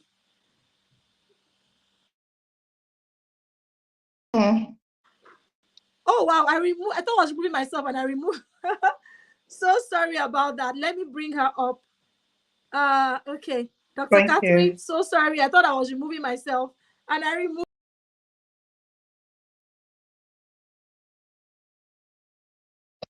Oh, yeah.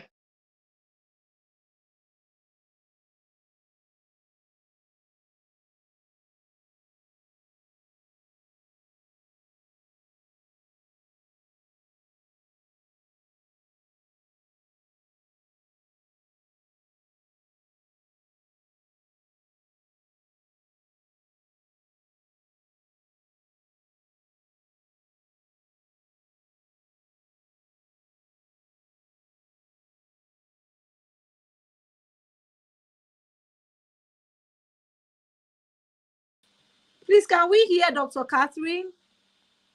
I'm unable to hear her. Let me know if it's just me. Yeah, you can hear me now, I guess. Okay, fantastic. I can hear you now.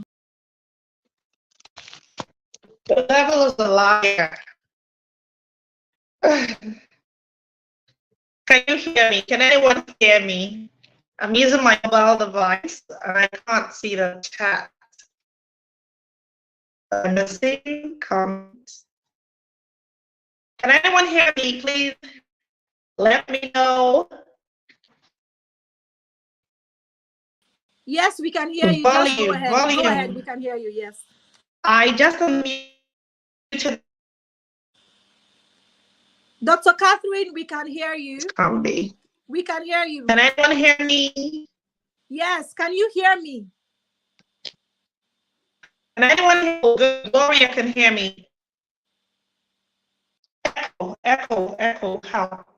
How about now? Is it better? Oh no, the devil is a liar. I know what is playing out. Can anyone hear me? Can anyone hear me? Esther can hear me, but it's breaking. Is it still breaking?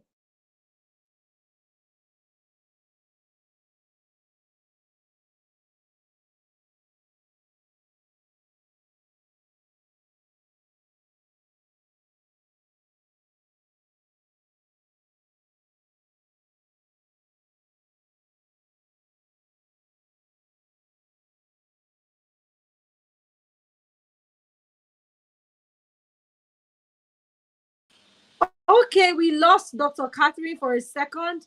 I don't know what the problem is, but we thank God. We thank God because it will end in praise. We lost her for a second there.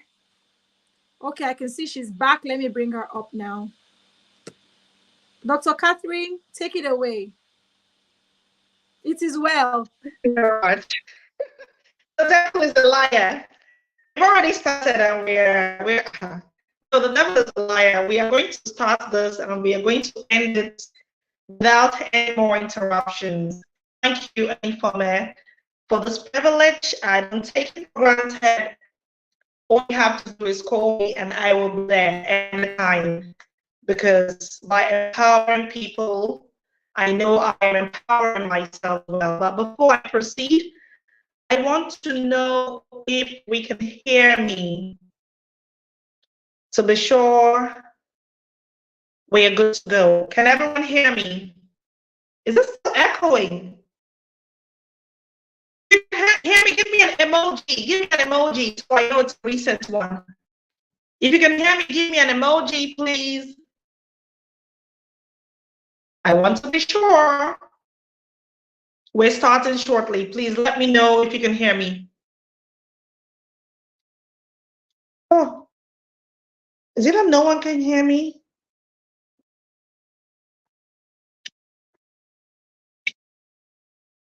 If you can hear me, give me an emoji. Esther can hear me.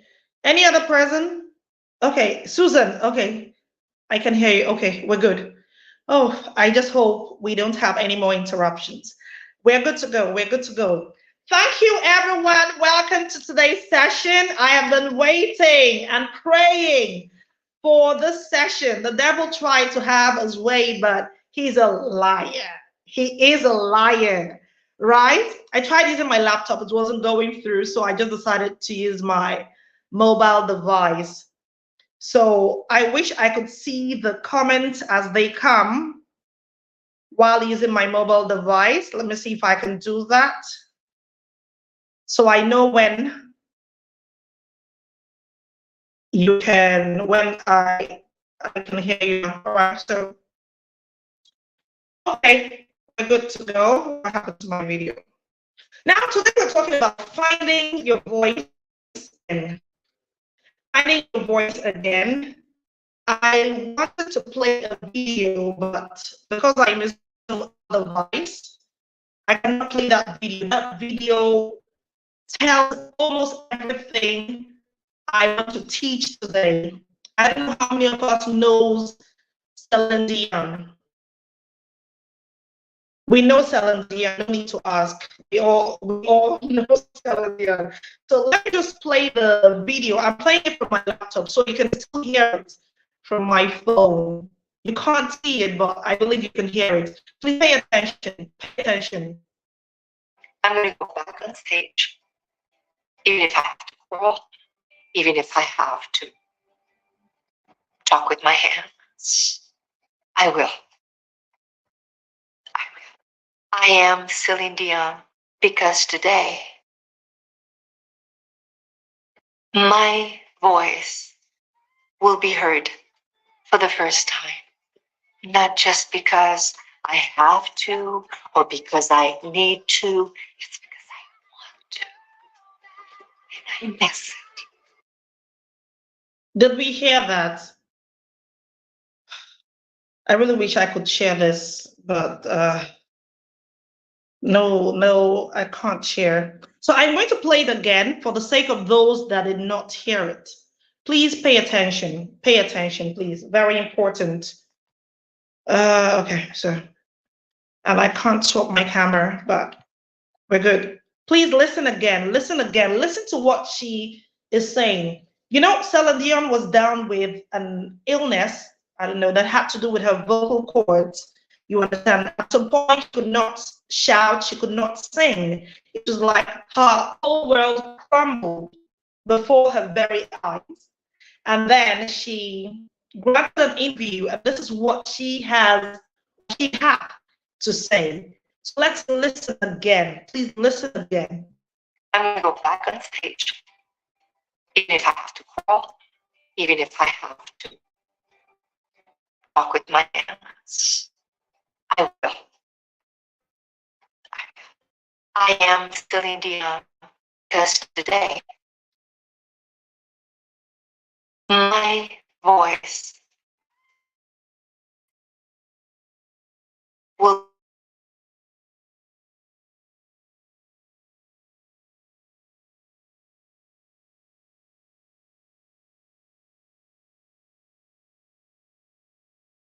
you heard the audio. Did you hear it? This network is not going to stop me. Did you hear it? Please let me know in the comments if you heard. I want to be sure at least some people heard it. Did you hear it? Did you hear it?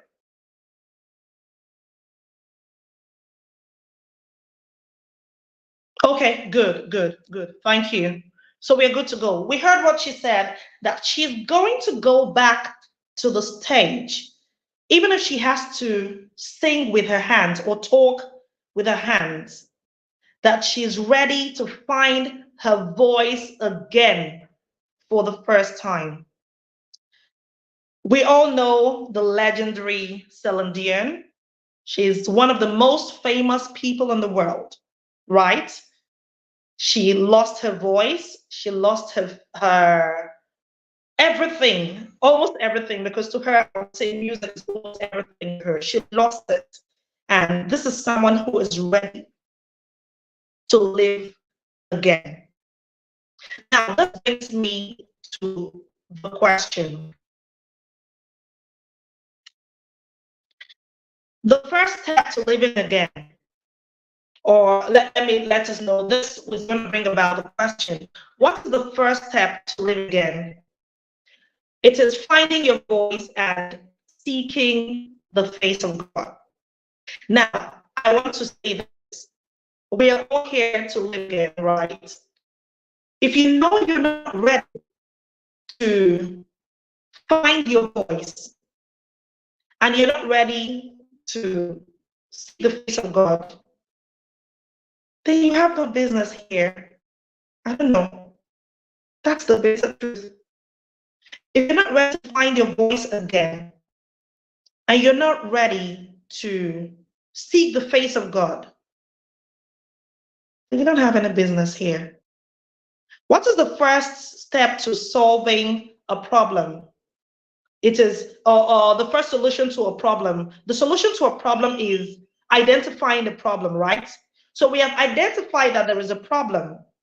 We were once dead in certain things. It could be in our career, it could be in marriage, it could be in different things. We have accepted that a part of us or something about us has died.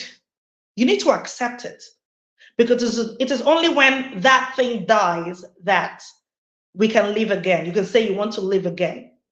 All right? Just like Celine Dion said, her career died before her very eyes, and she came back to say she is ready to live again. So you need to accept that you're ready to live again, and you need to accept that you're ready to find your voice again. Because living again is not existing again. Let's not make this.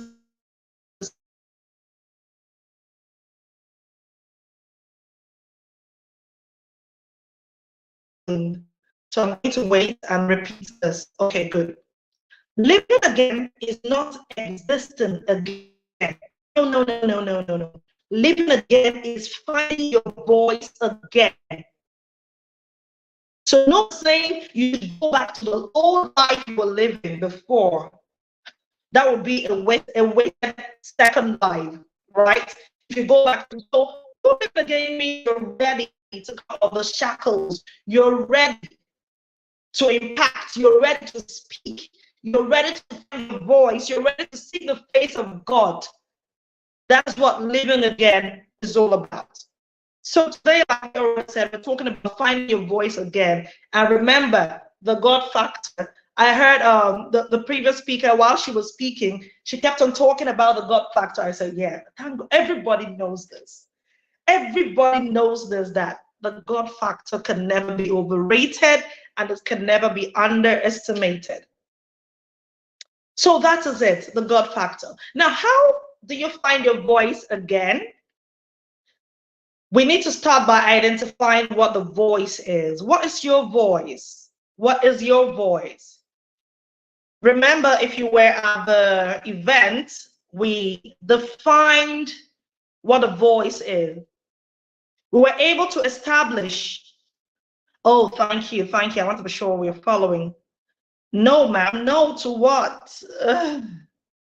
Okay, so we were able to establish that the voice is not just what is said vocally. The voice goes beyond what is said vocally. Your voice is your gift, which is GIPT, gift. And what is your gift? G stands for gift. I stands for ideas. P stands for passion. And T stands for talent. Right? So your voice is your gift, not just what you say. It is your talent, it is your idea, it is your passion, it is your gift. Right? Now, we need to understand that God's gift to us, please, I hope we are noting, please take note, it's very important. God's gift to us is the gift He has deposited inside of us. God's gift to us is the gift He has deposited inside of us. And what is our gift back to God?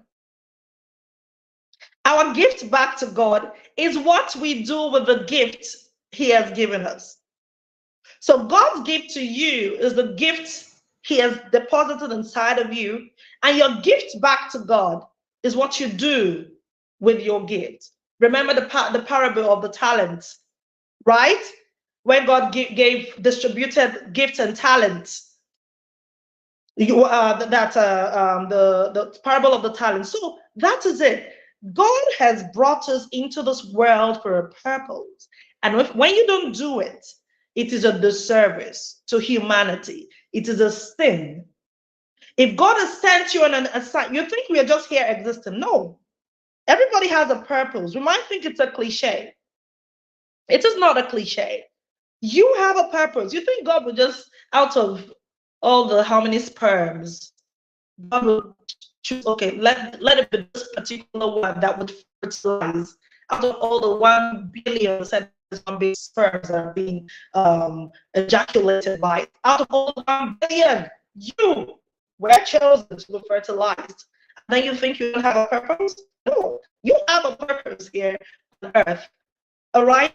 So what you return to God is what you do with your gift. I'll use myself as an example. By the grace of God, I was able to identify the gift God given to me during my early years in life, during my 20s. Yeah, my early 20s.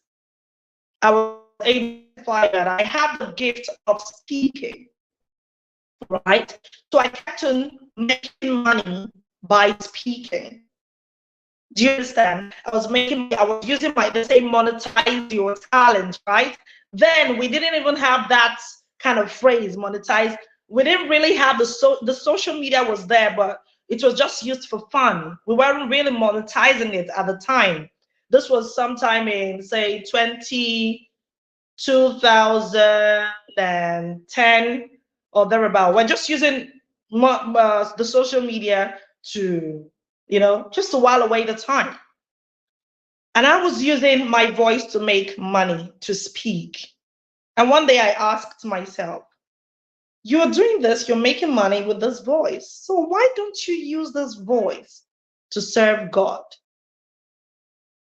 So I decided, if you're a Catholic, the people we call the board of lectors. We call them the lay readers, those that read in church. I decided to join the lay readers, the board of lectors. So I had a challenge the first time. When I joined the lay readers at my former church, they had issues with the way I was speaking. I don't like your forming doing this, doing that, I said. This is what I do to make money. This is the way I groomed myself to speak. I don't think I'm doing anything that is wrong.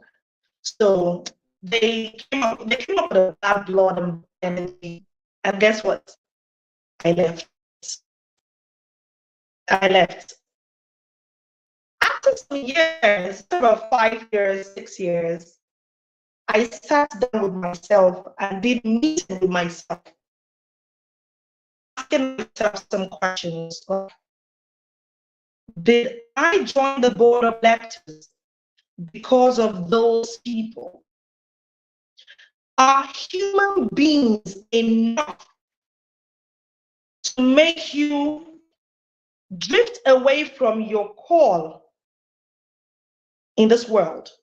Are human beings enough to tell you, don't answer God's call, and then you oblige them? Are human beings enough to stop you? I answered myself, no. And then I told myself, go back to the board of electors. If they cannot change you, they would have no reason than to join you. That was what I did. I went back. At the time I got married, I joined the board of electors in my church at the time. I continued what I was waiting for those that would come and tell me, hey, no, you cannot speak like, and I would tell you that, look, you don't tell me what to do. I will tell you what to do. I will tell you the way it's being played. You're not in any position to tell me. It is not your calling, it is my calling. So when I joined them, they still had that issues, but guess what? These ones were ready to learn. Do you understand? It got to a point that any word they found difficult to pronounce, they would come to me, oh, Catherine, how is it pronounced? You see some people in the middle of the rehearsing, the reading for the next day, they'll, Catherine, please pronounce this. The way God changed the situation, I was ready to fight. I was ready to do anything it took to answer my call. I told myself, not even a human can stop me. So I continued with that, even in other things I do that have to do with worshiping God.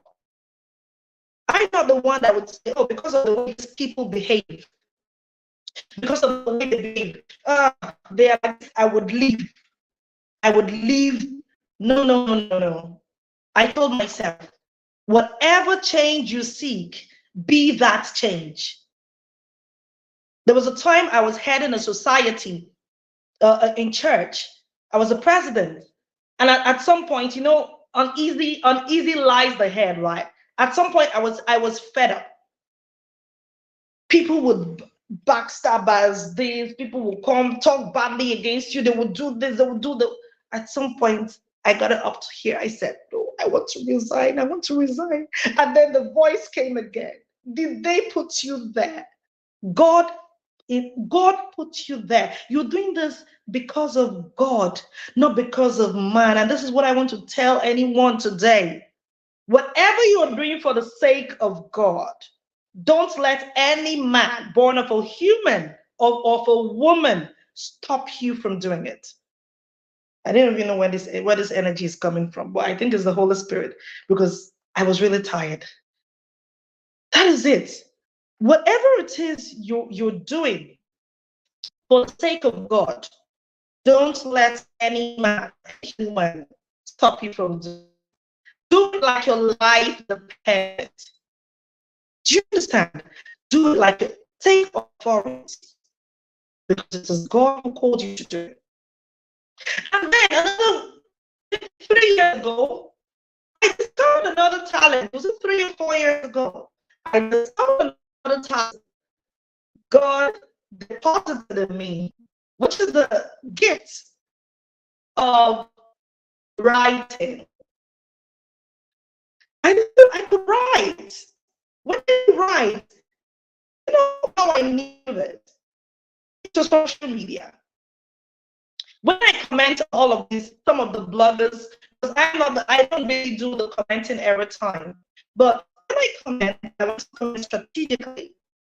And every time I comment, I see that the number of likes. There was a time, I would not lie to you. I am not exaggerating. I'm not one. If anybody knows me, you know I don't lie. There was a day, one of my comments brought about not less than 1,000 followers to me, to our page at unique.accent. Just a comment brought about 1,000 followers. So I continued, strategic commenting. Anytime I comment, I see that people are inspired. And then I told myself, you can do this. Do you know how I started? I started by reviewing or reflecting the word of God every day. So we have this daily scriptural readings in the Catholic Church. We have the daily scriptural reading. Every day has its reading. So what I do is I go to the day's reading. I read, before I read, this is my prayer. There's never been any day I read without this prayer. Dear Holy Spirit of God, grant me the grace to read your word, understand your word, by your word, and interpret first. Interpret your word and live by your word. Yeah. Dear Spirit of God, help me to read your word, understand your word, interpret your word, and live by your word. When I say that prayer, I am 100% confident that the against them. So whenever I do it, I'm 100% confident that the inspiration I need to reflect on the gospel of that day, I will get it. And I find myself typing without stopping. I'm telling you the truth.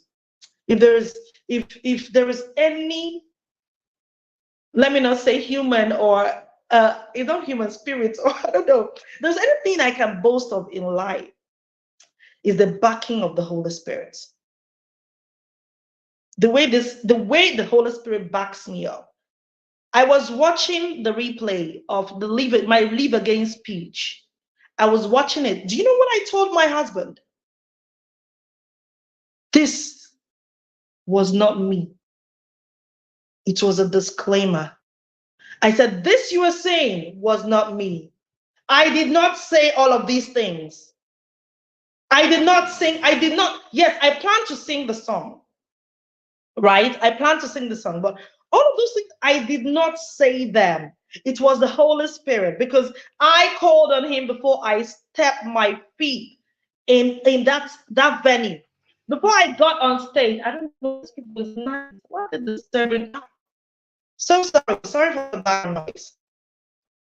Before I stepped my feet on that the podium or the stage, I called on the Holy Spirit.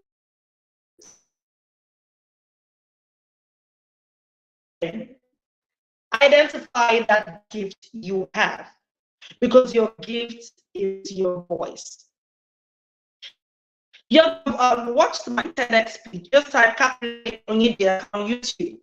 You'll see my TEDx speech. Your gift is, yes, you identify that your gift is that which you return to God. You have it and then you return it back to God. So cooking, right? It could be cooking. You can inspire people by cooking.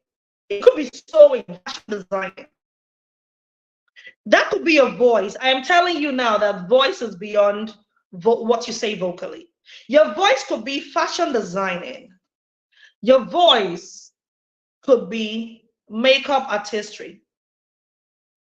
Your voice could be that ability to lead a team, that leadership spirit.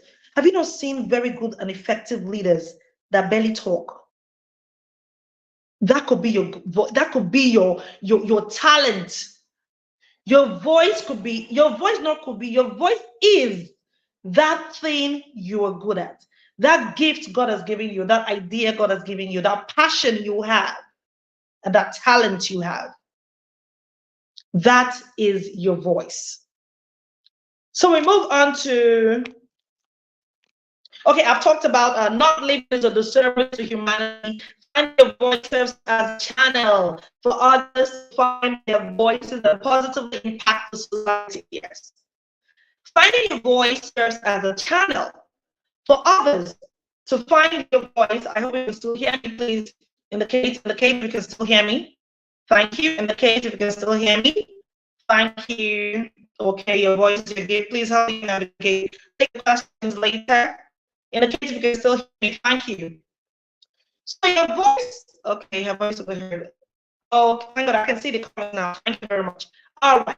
So your voice is the channel for others to find their voice. Okay, this is how it works, right? This is why you need to find your voice, not just for you, but for so many other people. Why are we here today? Because someone found her voice, right? Because someone found her voice. Let me tell you, your being here today is not a mistake. And I don't want anybody to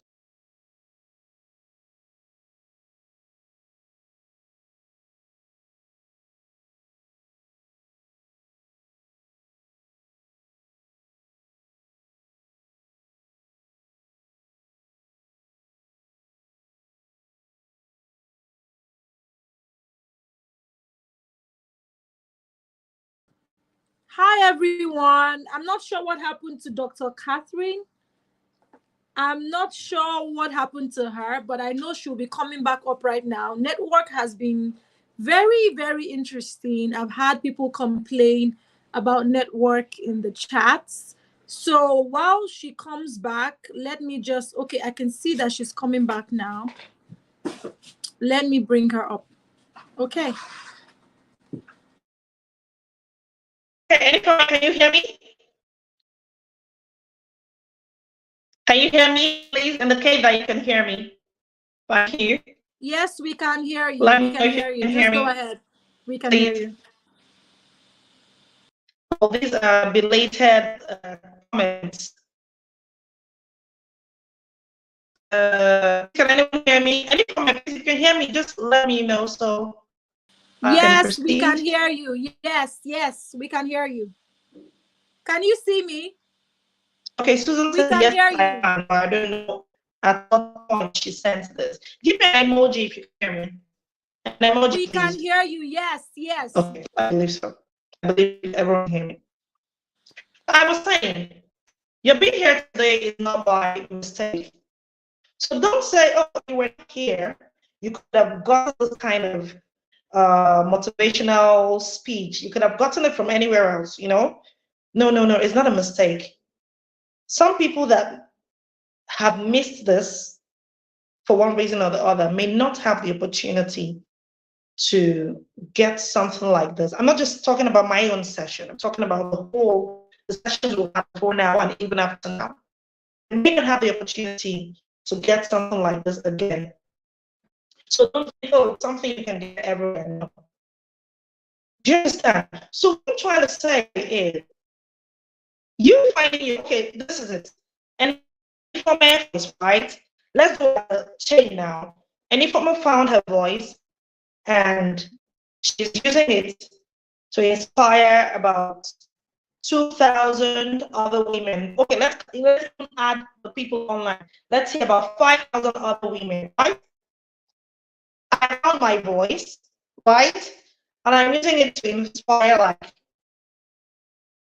about 2 million. Do you know why I said 2 million? I'll tell a story, a very short story. There was a time I saw a video on Instagram. I saw the video, it was a motivational video. It was during the end of 2021 or 2022, towards the end of 2022. Yeah, I saw the video. It was about two children who were competing, a race competition, and at the start point, one of them tripped and fell off the bike or something like that, while the others were already ahead of him, right? Many of us would have seen this video. I'm not the owner of the video, but many of us would have seen this video.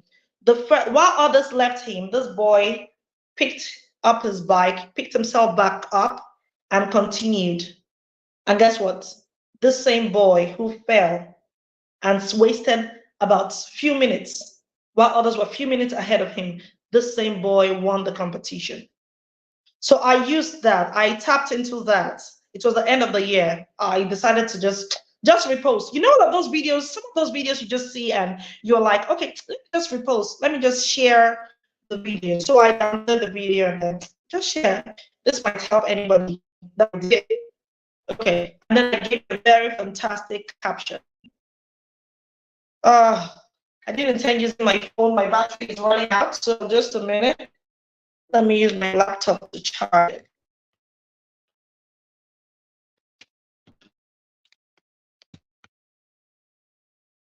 Should be good now.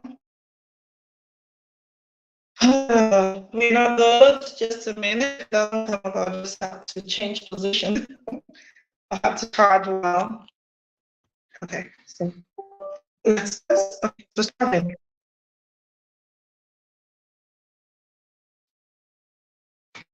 Okay, I believe you can hear me now. Nothing is stopping us today. Sorry.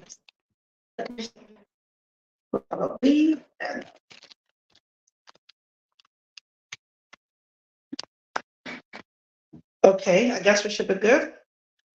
You can see my face. Okay, let me just put it like this. Okay, so the video, I shared the video on Instagram. I gave it a very good caption. You know, I told you I discovered I was very good with writing. So I gave it a very good caption that was really motivational, right? And then I posted. Guess what? The video did normally, the first 2 days, it did not normally. On the third day, I went to that video. It had gotten about thousands of views. And you know one thing about Instagram, it will continue. It continued. After 1 month, no, not 1 month, after about 3 months, because it continued, it did not stop. After about 3 months, this video had recorded 24 million views.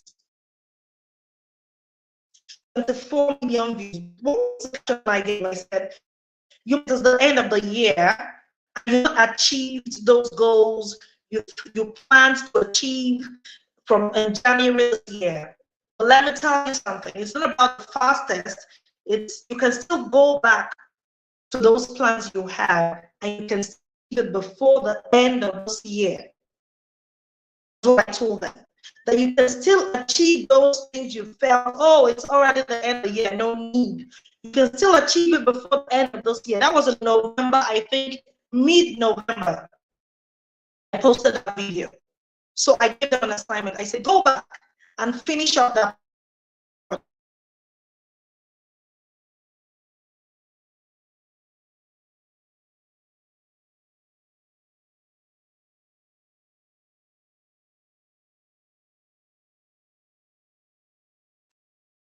Okay, you understand? So some people did the assignment and my DM was full.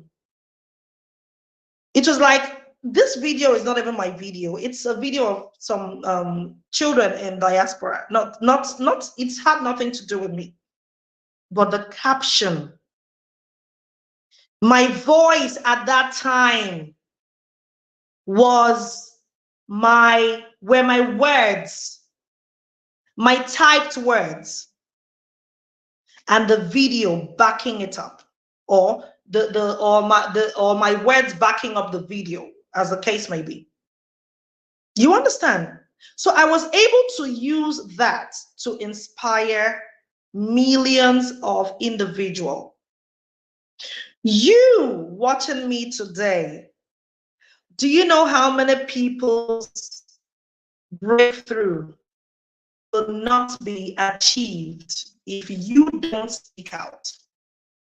If you don't failed. Okay, good. Do you know how many people are waiting for you to find your voice before they can find their voices? You might say, oh, what's my business? Nobody should depend on me, or nobody should. You can't help it, my brother, my sister. You can't help it. God did not bring us into this world to be by ourselves. Like I always say, people don't understand the value of people until you need people to achieve something, to achieve a purpose, to achieve an aim. You cannot live in this life without people. Leverage people. The people around you are people that God has installed to do one thing or the other. One thing, okay, this one is to achieve this aim of hers. This one is here to achieve this aim of hers. That's why if you're in an environment that is toxic, it is either you leave or you learn what we'll call perseverance. Nothing is a waste. In religion, we'll call it fortitude. So a toxic environment will either affect you positively or negatively. So you cannot do anything without people. So never say, oh, nobody should come and meet. I'm nobody's role model. No, don't meet me. I'm not your role model, please. I just want to live my life, make my money, and make my heaven. No. God has planted you to help other people. So I tell people many times, I tell them, do you think prayer is enough? Sometimes when you talk to God, when you want to relate to God or when you want to talk to God, you think it's all about prayer? People don't understand the importance or the value of sacrifice. Take note of these three things: sacrifice, service to humanity, and charity. Sometimes you don't need to pray. Hey, God, help me with this. We're disturbing God too much. We disturb God too much. Sometimes all you need to do is service to humanity and your prayers will be answered. Your heart's desires will be answered. Sometimes all you need to do is sacrifice. You have something very important, and then you see someone who really needs you or needs your help. It mustn't be financially at that point. And then you say, oh, I can't attend to this at this moment. I need to. Yesterday's reading, for those that are Catholics here, yesterday's reading, gospel reading, where Jesus said, he said, if you have grudges with your brother and you want to present a gift to God, drop that gift right there. Go back to your brother, reconcile with your brother, and then you go back to present your gift to God. That's a sacrifice. It is not easy. Sacrifice doesn't come easy, but you have to do it. That is why many people keep misinterpreting the parable of the widow's mite. They call it peanuts. You think widow's mite is peanuts? This woman sacrificed all she had as her offering to God. A widow's mite is not peanuts. If you really want to give your widow's mite, then give all you have. All you have. I did it in 2020. I'm not saying we must give all we have. I'm not saying that, you understand? But I'm trying to tell us the importance of sacrifice. In 2020, we decided to dedicate the revenue we got from a particular training to charity. Everything. That was a year where nobody knew whether that 2020 would bring about the end of the world. That was the year nobody knew. Nobody was certain about the next day. We're just like, we don't know about tomorrow. We don't know what tomorrow holds, but we know what today holds. So all the revenue we're getting from this particular training, we're giving it to families. That is sacrifice. Do you understand? So sometimes you don't need to disturb God with all your prayer intentions. I needed God to help me do something this week. This week, I needed God to help me do something. You know what I did? I went to the church. I single-handedly, only me, swept the whole of the church. We know what a Catholic church looks like. If you know, Catholic churches, they come big in size. I swept the whole of the church. Now, we use pews. We don't use chairs, plastic chairs. We use pews, those long, heavy chairs. What did I do? I raised all the chairs, all the pews. I think more than 50 of them or thereabout. Because you cannot sweep, when you want to sweep, you would raise the chairs. You have to raise. So I raised those chairs. I was sweeping the church alone. At some point, I wish someone would come to help, to join me. But I remember my prayer point. I said, God, I want to do this. And funnily enough, nobody came. Normally, you see people coming to church to sweep. But that day, nobody came. That's where I knew the importance of this scripture. Our help comes from the name of the Lord who made heaven and earth, not from human beings. Do you understand? So that day I did it all. And then after that day, I developed body pains. Yes, definitely, I'll develop body pains. And each time I feel the body pains, I say, God, this is my sacrifice. You know my heart desire. This pain, I channel it to you. This is what I want you to do for me. Please, Lord, help me achieve this. Help me do this. And by the grace of God, before we could say Jack Robinson, it cleared. Taking care of, I know I might be digressing, but all of those things are interrelated. You see, taking care of elderly people, that is another one.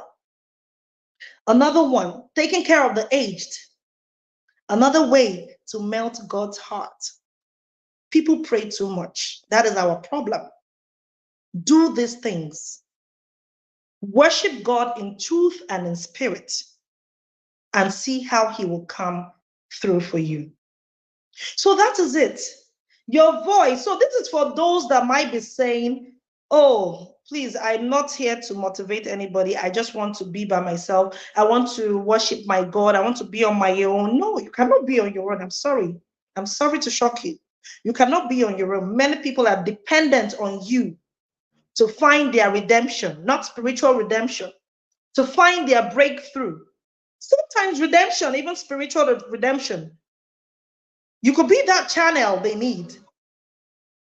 So many people are dependent.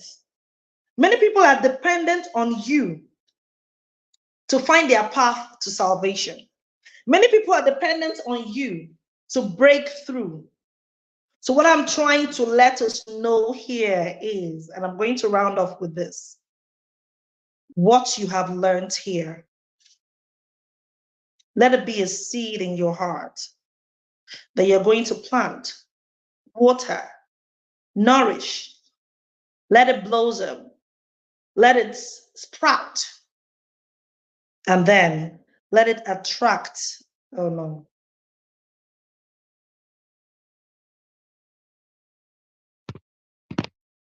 Mr. Jesse.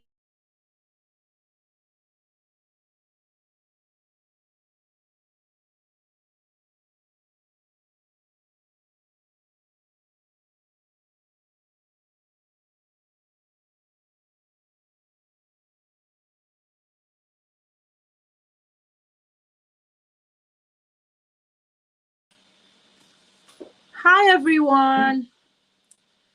Are we still here? Are we still here? Let me know in the chat.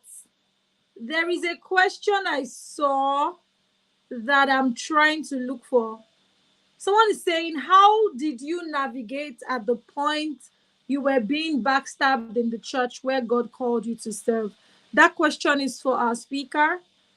And just before I bring her back up, if you have any questions for our speaker, please drop it in the chat. If you have any question for our speaker, please drop it in the chat. Someone is asking, how did you navigate? But I believe that is for our speaker. I can take a shot at that. Hi, we're here. We're here. Okay, fantastic.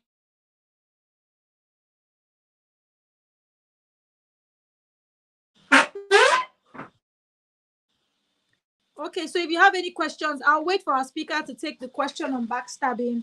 But basically, I believe that if I am the one that was backstabbed with the kind of person that I am, I would just I would just really look at them like people that don't know, they don't understand what they are doing. They don't know what they're doing.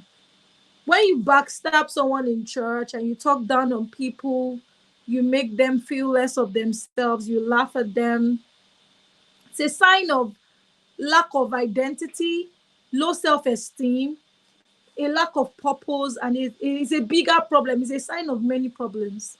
So personally, I always say that life is 10% what happens and 90% how you respond to it. So how I will respond is to keep at it and continue doing what I'm doing. Because yeah, as long as what I'm doing is not a bad thing, you can't even stop me. So that's for me. Oh, I would wait for her to come and then answer that question. Someone is asking, let me bring her up. I can see she's back now. Okay, welcome back. I can see, how can I let my voice be truly heard if I feel I'm not good enough? So what I'll do is I would let you finish and then I'll highlight the questions for you so you can take them. This is one of the questions on the screen right now, but let me just let you round off. Okay, so let me conclude. The devil has tried, but he has failed, and he will keep failing again and again.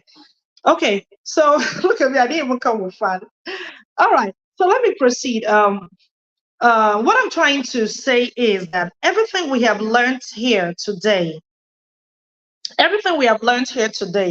please don't keep it to yourself. That would be selfish. If Enifome found her voice again and she kept whatever it is she found to herself, we would not be here today. If I found my voice today and I kept it to myself, we would not be here listening to me today. The previous speaker, the same thing. You wouldn't have listened to her. You wouldn't have learned what you now know. Do you understand? So now this is an assignment. Find your voice now. I believe by now you must have found your voice. And don't just find your voice and help others find their voice. Be that channel that would be that channel to others, that would connect others in finding their voices. And that is how we can make this world, if there is any chance for this world to be a better place, that is how we can make this world a better place. A candle does not lose its light by lighting another candle. So you're being inspired to inspire others, not just to inspire yourself. Thank you very much. And if I may, over to Oh, you. wow. This has been amazing. The reason I just came on is to just help some people who are saying that the acronym is GIFT. It is not GIFT. So please, Dr. Catherine, correct that gift. It's It's not G. gift. Oh, I wish I If had a you were at pen, the a outreach, you marker would have here. known the acronym. Okay, so if you were at the outreach, please help those in the comments with the real It's acronym. It's not gift. gift. It's gift. It's B, GIPT. not F. Can I even use the comments? Okay, I think I can use it. Chat with everyone in the studio. Yes, GIPT. So gift. I'm typing it, please. Idea, passion, and talent. Please, to learn more on how you can use your gift, how you can um, how you can discover, harness, maximize, utilize, monetize your talent. To learn more, you can get a copy of my book, Speak Out Your Way to Success. It's just 5,000 naira. We have the hard copy and the soft copy. So it's not too long. It's small but mighty. We've gotten many testimonies from this book. The book was inspired by the Holy Spirit. Like the previous speaker was saying, I heard the Holy Spirit clear. It was very clear. Write a book. He knows what he has deposited in me. So he wants me to use it to his glory. So he said, right. I was about to sleep that night. I remember. I just moved into this house where I'm living now. It was few days before Pentecost. You understand? So he said, write a book. I woke up. I was like seriously? On what? That's the next question I asked. And he said, your TEDx speech. You know, TEDx is usually 15 minutes. So you don't have time to say all you want to say. So he said, TEDx speech. I say, but this time, not to just women, because my TEDx was speaking to women. So it said not to just women, but to men and women alike. So that was how I started. Oh, wow. And you know, the it came with the instructions. You write one chapter a day, one chapter a day. The 9 days novena before the Pentecost Sunday. So I wrote 9 chapters in 9 days. And on Pentecost Day, I said, Holy Spirit, I've done your assignment. It's over to you. Do what you know how to do best. You understand? So that's how we came about this book. Speak Out Your Way to Success. It will help you know how to harness, maximize, monetize your talent. If you have a talent, or you don't even know you have a talent, you don't know you have a gift, don't worry, read this book. There are so many ideas here, You know so what is many coming to things. me as you're sharing this? What's coming Yeah, to me is a number of women have books inside of them, and many of thank them you. are not even aware. Thank You know, you. when we're talking about finding your voice, literally, if you are going to make impact in this world, you cannot make impact without using your voice. It is not possible. It is not possible. There was a time I was looking for a video on Anybody, something I sorry to wanted cut to you. teach. Sorry to cut you. Yeah, Even Celine Dion, who is known for her voice, said if she could not use her voice, she would use her hand to talk. This is that's someone it. who wants to make impact. Do you think Celine Dion is still looking for money? She has all the money in the world. But this is someone who still wants to. I'm not saying she's a Christian. You don't have to be a Christian. You understand? This is someone who still wants to make impact. It's like, if I cannot use my voice, I will use my hand to sing. I just want the world to know that I am ready to find my voice again. I'm going to share the video with you. Yeah, please share it. Let me play the video again because people could not. Yeah, It was just the audio they were hearing. So as really, what I'm really saying is, it's not. You can't look at finding your voice again as something is not important. Is not compulsory as an one of those options. No, if you are going to live again, you have to find your voice again. It is so absolutely. critical because there are things inside of you. There is a whole treasure. The Bible says we have this treasure in earthen vessels. Whatever it is you think you've seen, even your experiences are gold. Somebody can learn from them. And you should not be Exactly. afraid to speak up. I asked for people that have learned or were blessed at the Live Again Outreach to speak, and we just had 2 people that were able to speak today. A lot of people did not come forward to speak. Also, you hear things like, oh, I'm shy. If you are in a community like Live Again that is trying to bring out your talents, help you become a woman that is living again, and you're shying away, you are doing it yourself. That's it. Because now, those who were able to speak, we've heard things about their lives. Oh, one is into teaching Montessori education, another one has a bakery. You don't know where this video will go to. And then you sit in your house and you say, see, if there's anything I'm taking away from Dr. Catherine's session, is that you cannot make impact without finding your voice. And you cannot look Absolutely. at it as one of those options. You must want it badly. You must know. And like she said, it's not just your vocal voice. A book is a way of you passing your voice out. So this book that she wrote, I'm telling you, when the Holy Spirit breathes on a book, honestly, it's I've been there. When I wrote Dear Singles in 1 week, I can relate. Like it was like an avalanche Right, of right. of it was pouring. So get the book, right? Absolutely. Your hands will Get just keep it. typing. You will just, do you understand? And so if you're listening Telling to us, you. what I want you to take away from what I'm saying now is sometimes you are in your house and things are pouring. They're pouring like that on you, and you're just like writing. Please have a notepad, a journal, a content calendar, content book. Like what I do is my phone is one of my best assets. I open my notepad and I'm The always notepad, writing. yeah. Write on your phone. You don't know who would be blessed by that tomorrow. When you see opportunities to speak. When you speak it out, even you're like, wow, that was amazing. I'm sure when she was sharing gifts at the TEDx event, she never knew she was going to write a book. But I can relate to that, where Exactly. I you never be, knew.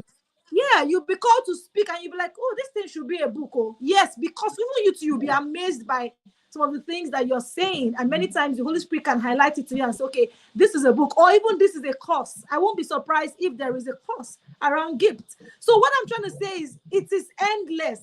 As long as you begin to use your voice, you cannot quantify the impact that your voice will make. Dr. Catherine has said so much. I want us to drop in the chat, what is that one thing that we're taking away from her session? Drop it in the chat. How can they get your book? Should they Okay, the send book you a is on DM or Amazon, but something? I would rather you get it from seller.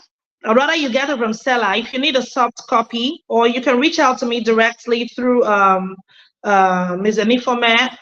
So if you Yeah, want the yeah, book, yeah, just let me know. yeah. Let me know. And we need to get to a point where, Dr. Catherine, when I see people say, I'm ready to live again, and I see that they're not taking any action, the thing is, That's the I was problem. sharing a testimony of the outreach where we wanted to make food for 500 women, and we didn't have the resources for 500 women. It takes a lot to feed 500 women.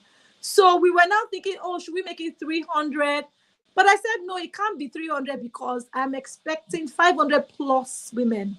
So if I do 300, that is the real action there. Action really speaks rather than words. Because if I do 300, it means I'm expecting 300.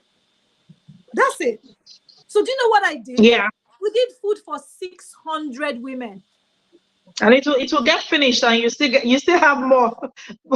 So, if you say you want to live again, oh, I'm ready to live again, I want to live again, and you cannot sacrifice money to pay for a course. Or I know that many things we do, a lot of everything we do in Live Again community for the foundation is free, and this program is being sponsored by the foundation. But don't be the person that you're always, oh, free. There is always a price to pay to live Thank you. again. If you don't pay it, you are not ready. I'm sorry. You I'm have to sorry. pay the My price. price is not your price. My sacrifice is not Dr. Catherine's sacrifice. What God will tell her to do and what he will tell me to do are different. But if you don't do it, you don't move. I shared this at the outreach. You will remain there. And you will blame your village people. You will blame your parents. You will blame your teachers. You will blame everybody but yourself.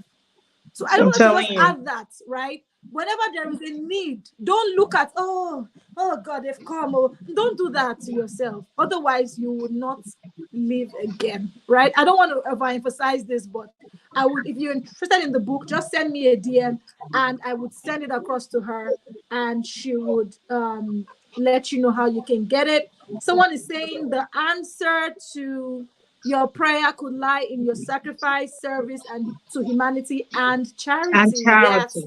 yes, Yeah. yes, yes. Someone It else is could saying be. you That cannot doesn't make mean impact. prayer is not important. There's still a place for prayer.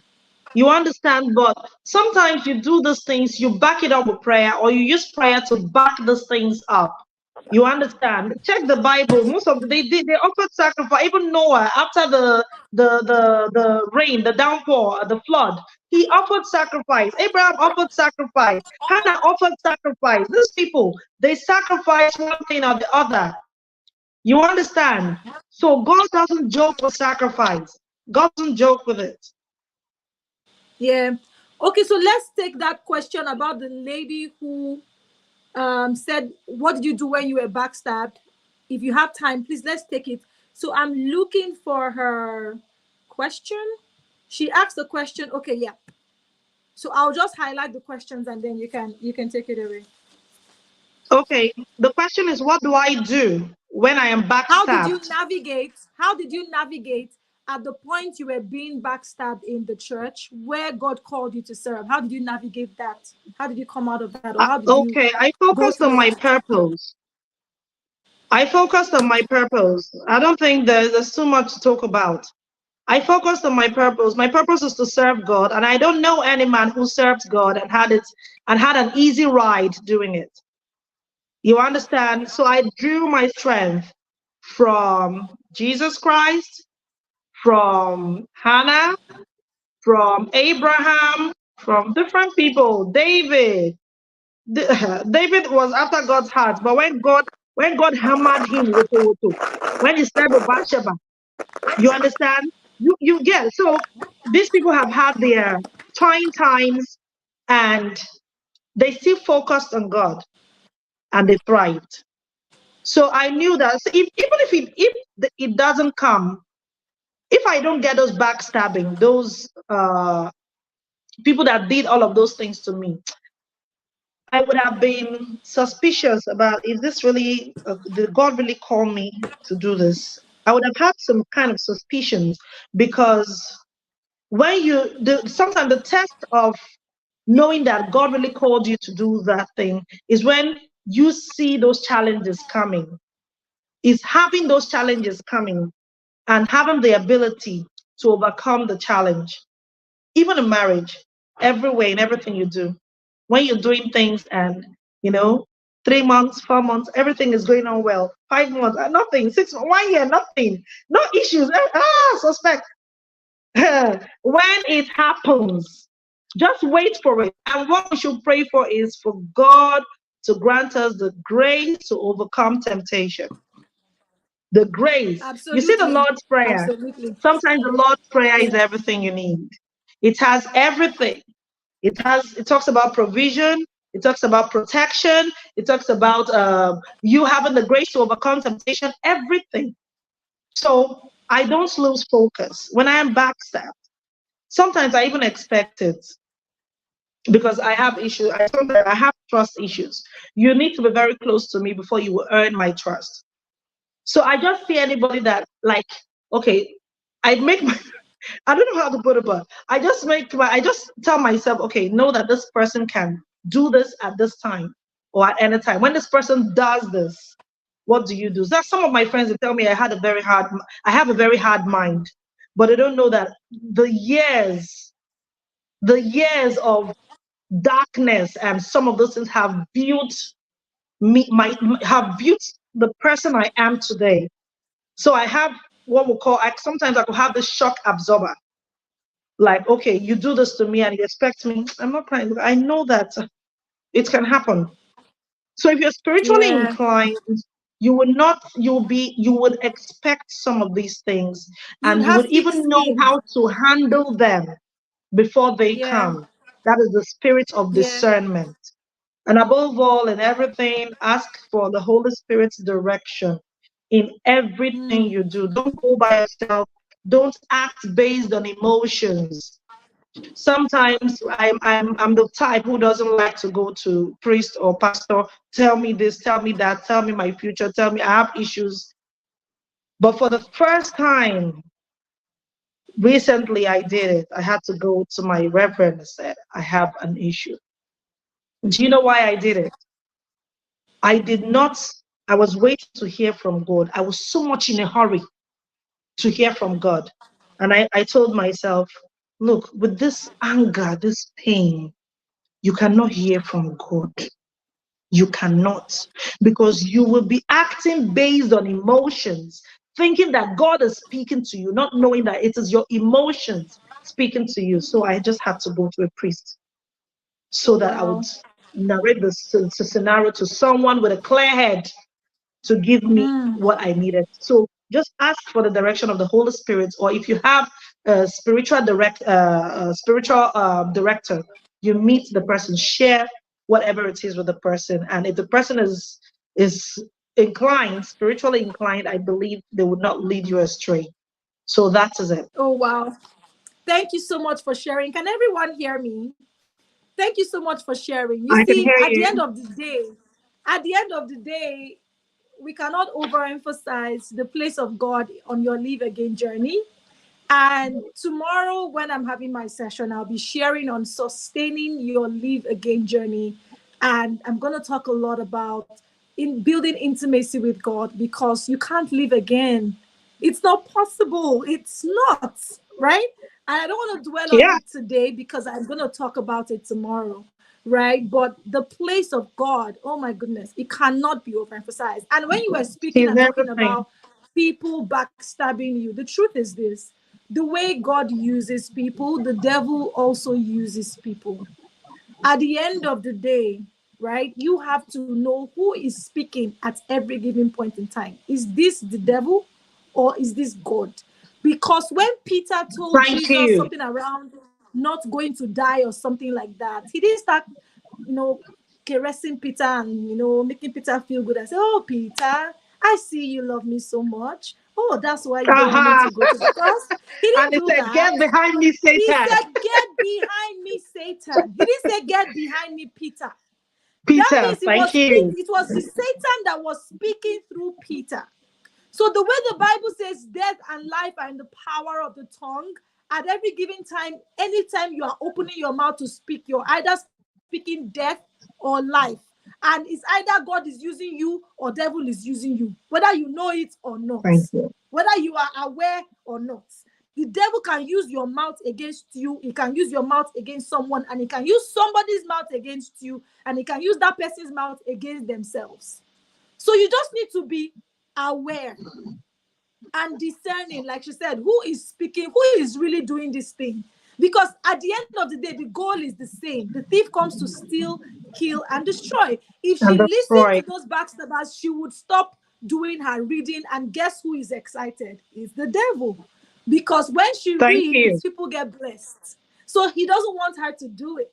And he doesn't want her to continue fulfilling purpose. So he has to send people that will be used, whether they are aware or not. The question is, are you being aware that that person is being used? And what are you going to do about it? How are you going to Mm. respond? Thank you so much for that. I have another question for you. How can I let my voice be truly heard if I feel I am not good enough? Okay, so that is why I say this is the foundation. At this point, if you say you still feel you're not good enough, then you're breaking my heart. You're breaking an informer's heart. You're breaking all the speakers' hearts. We have passed that stage. We have passed that stage. That's why I said finding your voice or living again means you're ready to let go of those naysayers, of those bad voices, those things, that darkness. You are ready to let go. So at this point, this is a fresh you, like you have been rebirthed. So you cannot tell me that you are experiencing a rebirth and then you're still feeling you're not good enough.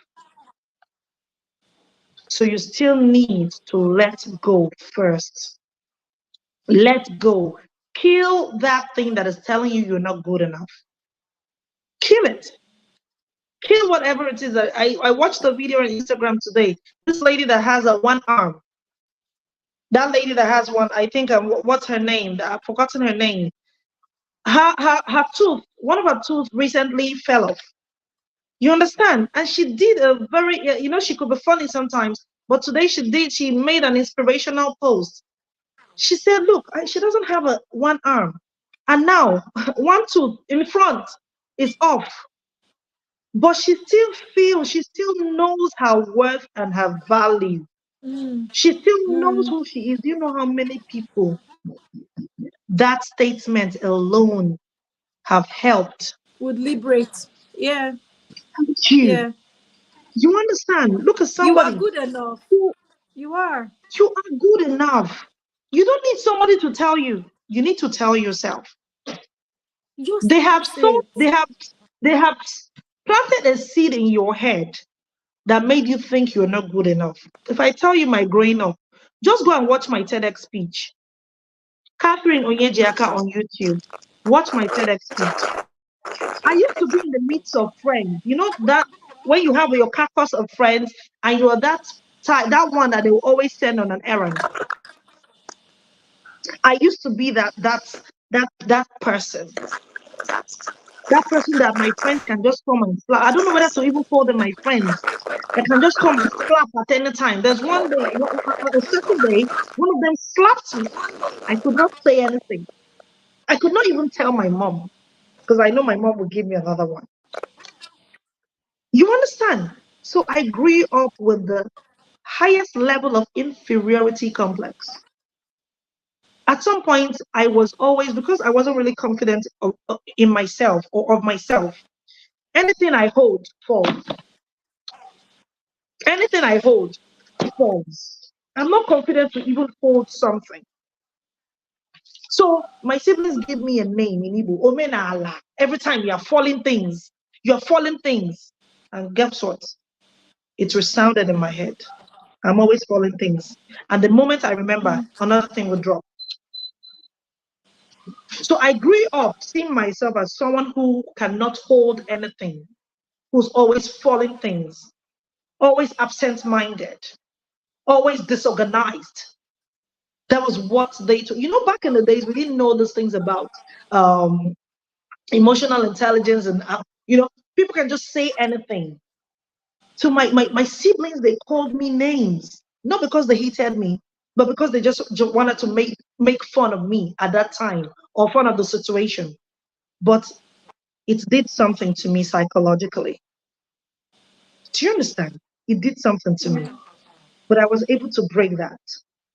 I was able, I broke through like the way they come back, even till today, many people are surprised. I'm That's why shocked. you That's hardly it. see, I hardly post on Facebook because it is people that know my past that are there. Yes, it is people that know my past that are there. I don't want to have anything to do with people who see me and see my past. Mm. You understand? So that is it. Please leave your Mm. past where it is. You're not good enough Honestly. is the voice of the devil. Come Anytime you on. tell yourself that, just know that it is the voice of the devil. So Yeah. today, He's just liberate using your yourself voice to from speak that. to you. Yeah. That's it. So you're good enough, See, I don't darling. know. I Darling, wish, you're good see, enough. you are good enough. Tomorrow I'm gonna be highlighting the power of affirmations also in my speech because the thing is this, right? That you need to sustain this journey, and there are things you need to be able to do. These voices will never stop talking to you. They would never. She's a Mm-hmm. public speaker and I am. I can tell you that every time we have to climb on any stage, we hear voices. We hear a voice. You Yeah. would always hear a voice telling you, what do you want to go and say? What do you there's no human being that is a speaker that will tell you, oh, I don't hear it. We hear it. We hear it. But we've learned how to put off the mic of that voice. There's a way to put off the mic. Turn Yes. the like extinguish the voice. The voice will be like, I am what? telling The you. voice, even the way I speak, that voice self, before you to come and talk to me, to be like, is any female? Because for what? That who is not good enough. That what? We've passed that stage. So please don't You're even past let it. that be your Please problem. outgrow it. One of the Outgrow it. question I have here is volunteering and joining the workforce in church service. How do we differentiate the two sides? That's a question for you Volunteering because and you spoke joining a about work working in your church. First in volunteering and church joining a workforce service. force. I think they're almost the same thing. For you to Yeah. volunteer, except your volunteer is maybe about finance or, but it's still under sacrifice. You understand? It's still under sacrifice. You want to work for God. When you volunteer to do something in the church, it means you want to give yourself or give something you have as a sacrifice. When you join the workforce, it is still the same thing. You're sacrificing yourself, your time. You know, there's something we call the three T's: your time, your Absolutely. talent, and your treasure. You understand? So when you give this thing, you're offering yourself as a sacrifice. You know, Isaiah 65, Psalm 51 says, "You don't take delight in blood offerings and in sacrifice of animals. That my sacrifice is a humble spirit, and you will not reject the humble and repentant heart." You understand? So you are the sacrifice. That's why I call myself a living sacrifice of the Most High God. Do you understand? So you don't need to differentiate nothing. Do what you Awesome. have to do. Do it Yeah. and just be Yeah. You are the selfless for Christ, sacrifice. So for God. whatever it is you're doing, yeah, you are the sacrifice. Whatever it is you are doing, if you're singing, if you're whatever it is, that's Yeah. you as yourself giving it, and so it's a sacrifice. Thank you so much for sharing that. Someone else is asking, how can I work on myself to be bold and composed to speak in public? We can't finish everything here, but one thing that Take I'm a working public with Dr. speaking Catherine to class. do for us is to have, yeah, we are working on having a. I spoke to her about it some time ago. We're working on having like something to help you beyond here. We're working on it. We'll see what we can do around that. Yeah. But basically, the main thing is that whenever you are given an opportunity to speak, right? Stop shying Embrace it. away from it. The way to speak is to speak. If you're not speaking, then you're not learning how to speak. The way to speak is to speak. Open your mouth and speak. So when you make mistakes and everything, of course you can be guided. But one thing I would tell you to stop doing now is stop running away from the opportunity to speak. Stop it.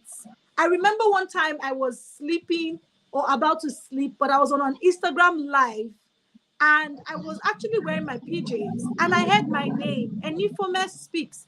Enifome, come on live. I'm like, what? I did not plan to come on live today. It was somebody else's IG live, Bankole Williams and Steve Harris.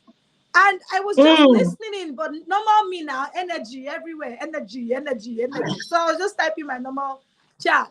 And then they said, come on. I'm like, no, no, no, no, no, no, no, no, no. And I'm a speaker. But I'm like, no, no, no. Because it's not every time you want to speak.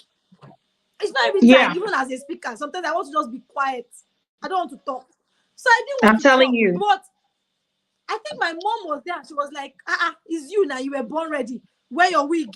So I wore my wig. I wore a shirt. And I just put my light and I just went up and knowing me and my authenticity are one. So I said, oh, sorry, I had to wear my wig. And they were laughing. And I said, yeah, I had to wear my wig. Like, and then I began to speak. And when I was done speaking, I got a call from an international number. I picked the call and she said, oh, hi. I had to beg Steve Harris to give me your number because you came on Wow. live because of me. I had to beg him. And she said, Hmm. everything you said, it was like you were forcing me out of my shell. It was like, and You I said, see? this is how I am. You need to know that everything that God brings opportunities your way.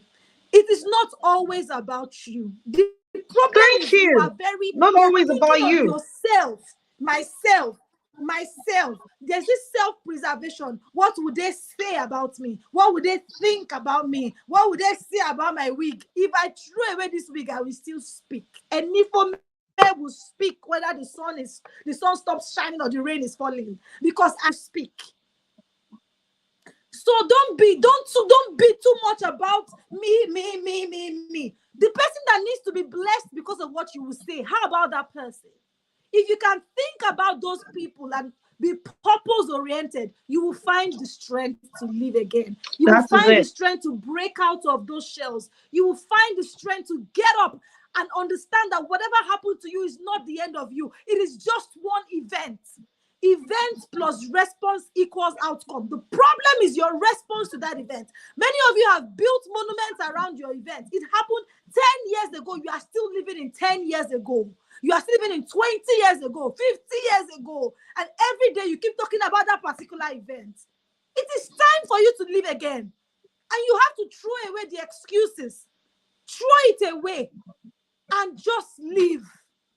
Honestly, like she said, there is nothing, we can't talk about these things more than this. But you have to desire to live again. And when you desire, your actions will tell. Some of you are saying you want to, because your actions are not. Imagine this call. People that are supposed to be here are not even here. Then tomorrow they'll be saying, You I see? want You to live see? again. Father Lord, God, when? No, God is not mocked. God is not mocked. God is not mocked. Sincerely. I will just stop there. And I will take one last question. That is for me. That question is to me. I love that revelation that you have regarding every woman who has books in them. How can I start to write? I will tell you the same thing I told you about speaking. The way to speak is to speak. The way to write is to write. If you are not writing what is coming to your spirit to write, you would never know how to write. Nobody has the full blueprint of writing. People can teach you how to write, but if you don't actually write, then how will you be able to write? So whenever the thing comes to you, the way it is coming to you, just be pouring everything on paper or on your notepad. Develop the habit of writing it. Just write first. When you write, you can now begin to group it and arrange it. Just first of all, write. For example, if It you want to mustn't be teach on, arranged. Sorry, sorry to interrupt. When you you said what? write, when you write the way the spirit leads, or the way your intuition or whatever it is that gave you that inspiration, it mustn't be arranged. Don't think, if you see my book Exactly. when I was still using book, my brother read it one day and was laughing. Only you can understand it. I started using my notepad, Normally, notepad will help you arrange points. It mustn't be arranged. It mustn't be well grammatically structured. Put it the way it comes to you. The Holy Spirit doesn't know grammar. Exactly. You understand? It doesn't know grammar. Put it the way, okay, if it knows grammar, tell me what do you make of speaking in tongues? Do you understand? So put it the way it comes to you, the way you can interpret it. Then later, I have two Later. numbers. If I'm not using my notepad, I'm using my other line, my private line. I'll be chatting myself on WhatsApp. Many of us do it. Some of us will do it with our siblings, or you do it with your husband. Before, I used to do it with my husband until I got my private line. So all my notes, all my thoughts, everything, I share it to my private WhatsApp or my notepad. Yeah. Anyone that comes, my Yeah. notepad, anyone that comes handy. Yeah. So just do Yeah. it. Just do it. And let me give you a tip. Let me give you a tip listening to me, right? Every time something comes to you like that, once you miss it, it might be hard for you to get it again. So Yes. what you can do when the thing is flowing like that, right? It's coming with an energy. If you miss it, it'll be hard because that energy too, it's like riding on a wave. A wave is coming, it's coming to you like that information is coming to you. If you don't write it, it can take you 5 years to get it back. And if that Yeah. is if you even get it back. Yeah. So what you do, let me tell you what I do. I have my notepad in my phone, then I use my voice recorder, then I use my private WhatsApp, like she said. But I make sure I don't miss it. I can just put, if I cannot write at that time, because sometimes I prefer to speak what is coming to my mind, coming to my heart. I can just get my voice recorder, voice memo, and I just say, find your voice again. This is the way to make impact. For example, Mm. I will just drop it. Then one day I am just going through my content and those people is highlighting that one, post this one, share this one. And sometimes I'll just go back to that particular thing I wrote and he will now be breaking it down. Number one, do this. Number two, it will be coming to you. Even you, I have a lot of content that I have not released yet. I don't even know when I will ever release them. So just be pouring it. You don't even I'm know when telling you you, will use it. so many. Whether it's for video, whether it's You for don't know book, why. whether it's for content, whether it's for speaking. But many of you have been suppressing the things you have been suppressing it because every time you are doubting yourself, every time you are questioning yourself, every time you are feeling like I'm not good enough, please, you have stayed there for too long. When they say you've gone around this mountain for too long, because no. It is time to live again. If you are not doing something about that staring that is coming to you, at a point you will stop having it because the Holy Spirit is very gentle. God does not force people. He wants to cooperate with you. If you don't cooperate with him, he will leave you. You'll be there blaming everybody but yourself. And But if God I, will sorry, help let us me add because it's something. time to live again. This just dropped in my head now. Please, sometimes if you're finding it difficult to let go of the past, sometimes you might want to change environment. When everything around you reminds you of the past, it means you have a strong attachment to it. Do you understand? So you just Absolutely. might have to change environment. Just change. See new faces, see new people, see new ideas. Everything is fresh. And tell yourself you're ready to start. You don't have to move Yeah, like and you delete some relocate. You people might from your decide to phone. just go stay with someone for. I did it during my downtime. I had to go stay with my co-wife. Is a co-wife? Yes, my co-wife, my husband's brother's wife.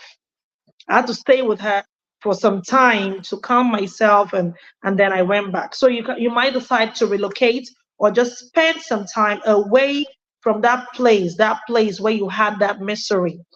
Sometimes it will help you. Sorry, over to Yeah, you, and I Anifumi. want to also add, do a sanitation, an association or people sanitation. Your contact. Let's start from there. Who are the people on your contact that remind you of your past? Who are your Yeah, friends? Who are the top 5 people in your life? Do they remind you of your past? Do they, without even saying a word, sometimes just having these people around, just knowing that they exist in your vicinity, they are your status, your WhatsApp, delete them, block them. I said so. I'm the one that said it. block them. Block them, delete them. See, let me tell you the truth. If you don't make it in this life, you have yourself to blame. Yeah, Forget every other person you are blaming. You are the main problem. I was gisting my mom of a lady in school that did not know how to cook. She did not know how to cook. Guess what, sis? Every time somebody wants to cook, do you know what she used to do? She will buy gas, fill her gas cylinder, and offer you the gas cylinder. Say, please cook, I will eat. Till she left school, that was what she was doing. She will give you the gas, say, please use my cylinder. I have gas, I have gas. You will cook, she will bring plates, and you will serve for her and she will eat. And that's how she lived till she left school. That lady will blame her parents for not teaching her mm, how to cook. But that lady had 4 years to learn how to cook in school. But she refused. Some of us are like that. We want to hold on to the thing that is not correct and is not, this thing that you don't know how to cook. What are you doing about it? Please, let's move thank from. you. See, when you start asking the right questions, what's next? Where can I go from here? What can I do about this? You will begin to live again. You begin to move forward. So please, for that person, one thing I'm going to add is delete some contacts of your phone. Stop hanging around people that are from your past and look for people from your future, or people that look like the future that you are going to, or that the future that you desire.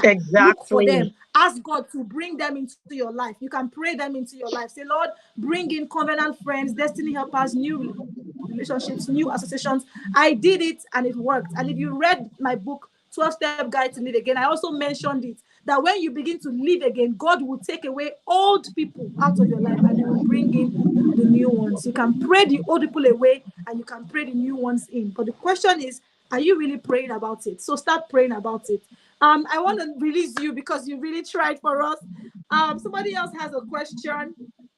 um how can I bring it to people to learn from it?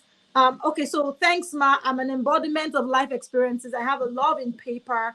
How can I bring it to people to learn from it? First of all, eh become just I would give you opportunity to touch on this question, sis. Let me just talk about it. First of all, right, the first thing you need to do is not looking for people to come and learn from you. The first thing you need to do is become that thing you want to do it first. That person you need to be it first. You know how they say that if you set yourself on fire, people will come and watch you burn. Just Mm, write out the things you want to teach people. Let me give us an assignment today. let me, if you're listening to me, an assignment for you. Write out the lessons that you've learned from your experiences. If you are given the opportunity to speak to a 5,000 audience, what topic would you like to teach, or what topic Good. can you teach? What topic can you teach, or what topic would you like to teach? Start writing about it, start speaking it, even if it is to yourself, to the mirror. You record yourself. These are the things you would do. Show workings, then God will now bring the opportunities. If you're not doing any of these things, you have no business desiring platforms, because when the platforms come, you will, you, I don't even know the word, the English word I want to use, or you will sabotage the platforms, right? So just focus on that thing that God has given you, develop it, or at least start, write it, speak it, identify the gift, like she said, identify it before you think of, giving it to other people. So that's what I'm going to say to you. Go back to writing, go back to doing what you're doing. Then the second thing is, when you now see the opportunities to share that thing, don't shy away. I said it before and I'll say it again. Let me leave Dr. Catherine to just touch on it, and then we'll call it a night. It's been fantastic. Let me know in the chat what has been your aha moment so far for tonight. Let me know in the chat. I'll be looking forward to reading or highlighting it on the screen. Dr. Catherine? Okay, so there's something. I think there's a typographical error here. Is that prayer? I had a love and prayer. Is it prayer? No, no, no, I no. saw pepper Paper. or Paper. something. I think she wanted to write paper. Then she wrote pepper. Yeah. Paper. Okay, how can I bring in people to learn from it? That's to learn from paper. Sorry, I'm trying to understand the question. No, so she said she's an embodiment of life's experiences. Like, she has a lot of experiences. She has things that have happened to her. She wants to share. She had a love in paper. Maybe she liked to write some of those things before now.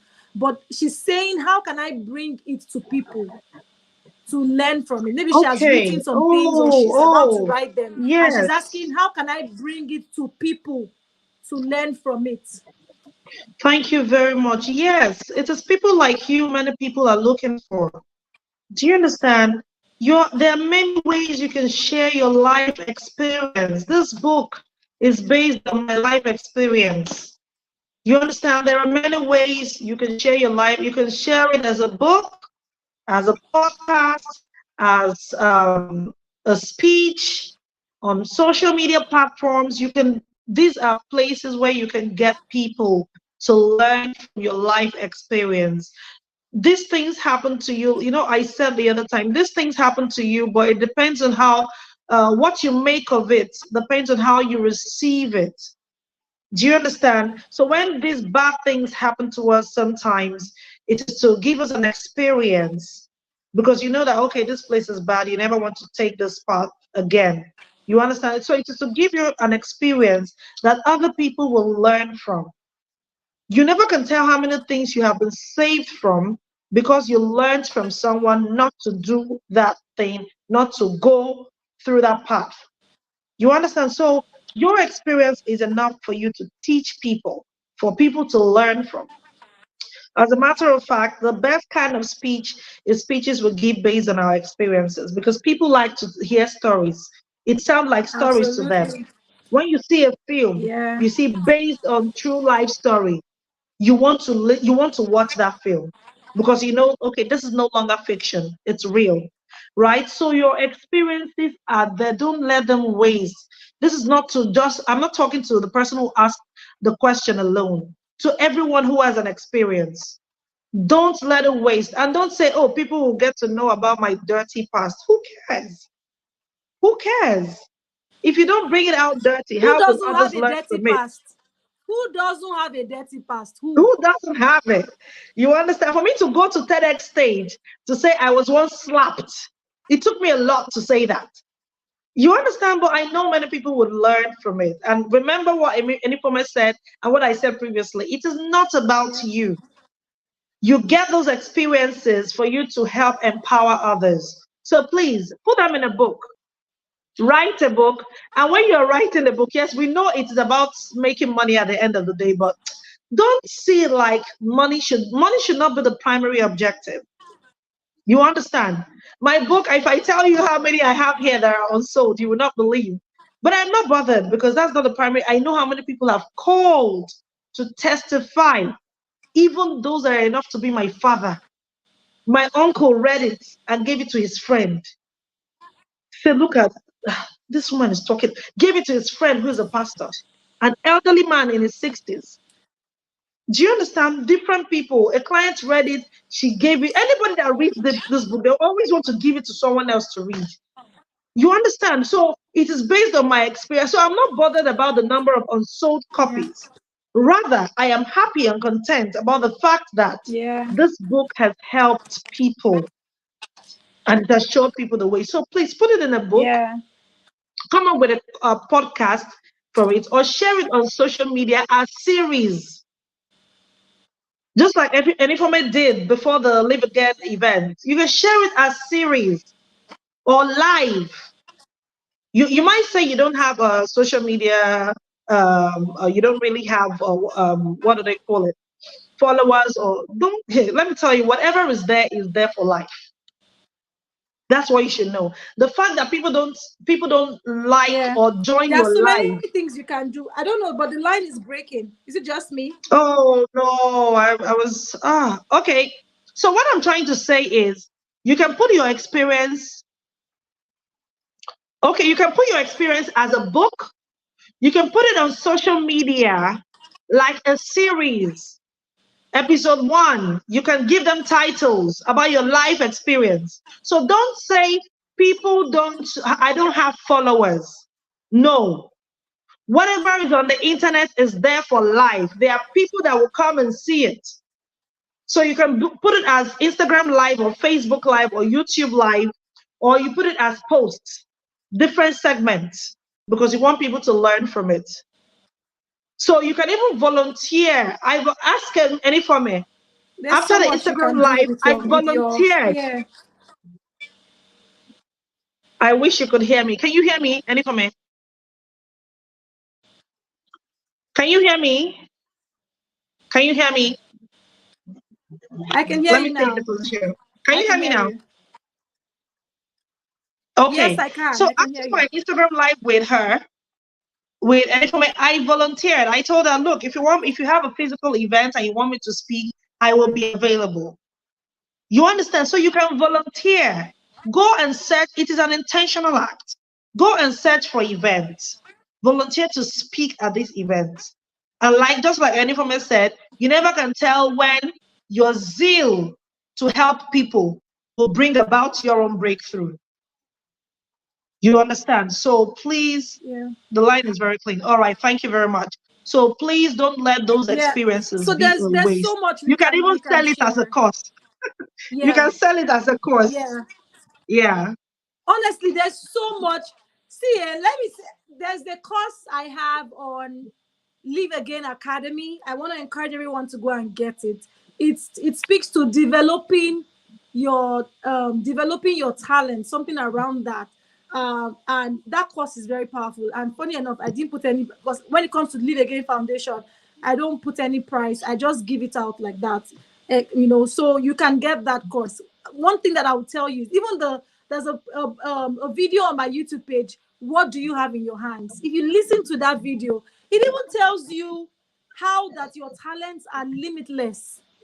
You cannot, as Dr. Catherine can earn 15,000 naira from a course today. Tomorrow that course can be 50K. Next tomorrow it can be 100K. The same thing with Yeah. me. If All I I cost charge is my blood coaching money. clients It's blood now, money. yeah, your talent, self, everything that has to do with your talents. Like the more you use it, the more you have of it. The more you don't use it, the thing starts to shrink. So just start from where you are and start now. I have good news for everyone that is listening. We are organizing a book writing workshop in conjunction with Mm. um a like an academy that teaches on writing books. I want to come back for another program and event and see everybody with their books. Elizabeth says she is writing a book. Fantastic. Okay, so that's what you mean, that you're writing. So she says, oh, she's writing books, or she's writing a book. Fantastic. So if you're here, you want to You can write books, start sit back now. in the You can start community. now. Yeah. Start writing everything that is coming to you, because we are bringing a book writing bootcamp to you for free. Yes. So you can write that book. Live Again Foundation is a gift that keeps giving, honestly, because sometimes when I think about the things that we're doing, I'm like, wow, right? And I am really talking to Dr. Catherine. We're planning a rebranding slash reinvention coaching, where you can now, some of you are shy to come on social media, right? I built my brand on social media from scratch. So I teach brand strategy, I teach rebranding, reinvention, and I want to do it for the community members for free. I know how much I charge for one consultation, but I want to Yeah. do it for the community members for free. So if you're not in the Live Again outreach community, you need to be there, because I would not give it to you for free if you're not there. That's the truth. So I want to bring Dr. Catherine to teach on personal and professional development, and some of that she would highlight on, public speaking and, speaking in public and communications. We would find a way to create something around that for you. But one thing that I really want us to do is to take these opportunities seriously. They're not cheap. They are not cheap. The only thing is we are bringing it to you on behalf of Live Again Foundation for free, but it's not free. So when we're doing things like this, what I and Dr. Catherine are doing now is kind of like group coaching, because you're asking questions and we're answering you for free. Yeah, we're giving you tips and guidelines and showing you what to do. Ordinarily, that should be a paid thing, but you're getting it here. Some of you will still not ask questions. When you have an open check like this, you will still not ask. Do you see what I said? The thing that is doing you is inside you. Nobody can do you without you. So stop giving too much credit to all the external things and start asking yourself, why? How am I stopping me? How am I maybe I'm the one that is stopping me, because maybe you are the one. So I would stop here because time is fast spent. I don't want this to go beyond here. Someone is saying, wow, wow, wow. Wow, wow, wow. Yes, yes. It's been an amazing, amazing session. Dr. Catherine, honestly, I wish I could come to where you are and give you a hug. Despite all the challenges Thank with you, thank you, thank network you, thank you, thank interruptions, you stayed till now. you. Thank you so much. It's always amazing doing this with you. It's always It's amazing doing this nothing. with It's you. And I want to nothing. say thank you for your heart for women. Thank you for your heart for the Live Again Foundation. You're always there when we call. I don't take it for granted at all. Can you hear me? It looks like my screen is Loud and off. clear. I can hear you. Please, can you hear me? Let me know in the chat. Can you hear me? I can Can hear you hear you. me? Can anyone hear me? Okay, so I was saying that I don't take this for granted at all. I'm so grateful every time we call you, you answer. I love you so much. Thank you so much for being a supporter of the Live Again work. I'm sure that we're all grateful. Please drop a comment for Dr. Catherine in the chat. She's not just a friend, she's a sister, right? And she makes herself available, even when it's not convenient. That's what purpose is. I can tell you I had many reasons not to have this webinar. I can tell you many reasons why, but I decided to do it, and you're being blessed. So this should be a lesson for you to stop allowing the obstacles you face stop you. From tomorrow, if you miss my session tomorrow, hey, you are really missed, because I'll be teaching on resilience and how to, these obstacles that come, these things, you will break it and turn it to bread. If you know me, I'm a resilience coach, I'm a resilience queen. So when it comes to resilience, don't joke with it. Next tomorrow, just make sure that you are in the session. And please share this video with someone. You don't know who needs this thing. Let me highlight some of the chats. I want you to see the comments people are making, Dr. Catherine. Thank you, Dr. Catherine. You're amazing. I love you to the moon and back. Someone Thank has shortened your you name to Dr. for K. having Someone me. has said, thank you, I'm Dr. Dr. K. K. They've given you a new name. Thank Jesus, you. thank you. Thank Thank you God I made it to kindly. this meeting. Yeah, God bless you, Dr. Catherine. Thank you, Amen. God bless Enifome. us God all. bless you. God bless us, and God bless you for staying. Someone is asking the question. Yes, please go and think about those questions that I asked you. If you are given the opportunity to speak to 5,000 people, what topic would you speak on? What is the first topic that will come to your head? Start writing about it. I've given you tip for free. Take out the Any lessons comment? from your Sorry, one experience. last What did you let me can learn? I add to your assignment? I'll And make this start very quick writing. because I know we're rounding off. An assignment I did Okay, that helped fantastic. me. Yeah, it helped me, and I want to pass the assignment on to every one of us now. So the second assignment is, please write a post-dated letter to yourself. I got this from a training I attended, and I want to share it here. Write a post-dated letter to yourself. This is the half of the year. We have another half to go, right? Write a letter to yourself dated 31st December 2024. 31st December 2024. Highlighting all you wish to achieve like you have achieved them. Highlighting all you wish to achieve this year like you have achieved them already. Like this is just you talking to God. Oh, God, you helped me do this. Oh, I planned to give a speech in Dubai. And oh, when I went to Dubai, the environment, everything was so, oh, God, thank you. You made this come through. God, I told you in January that I would love to have my own apartment. And look at me today. I'm in a 3-bedroom flat. It's all because of you. I really appreciate you. Write a post-dated letter to God on what you wish to achieve like you have achieved them. Keep it somewhere. Sow seeds, sacrifice, prayer, do everything you have done. Then on the 31st of December 2024, open that letter and see if you can relate with any of the things you have in that letter. So that's the assignment. Yeah.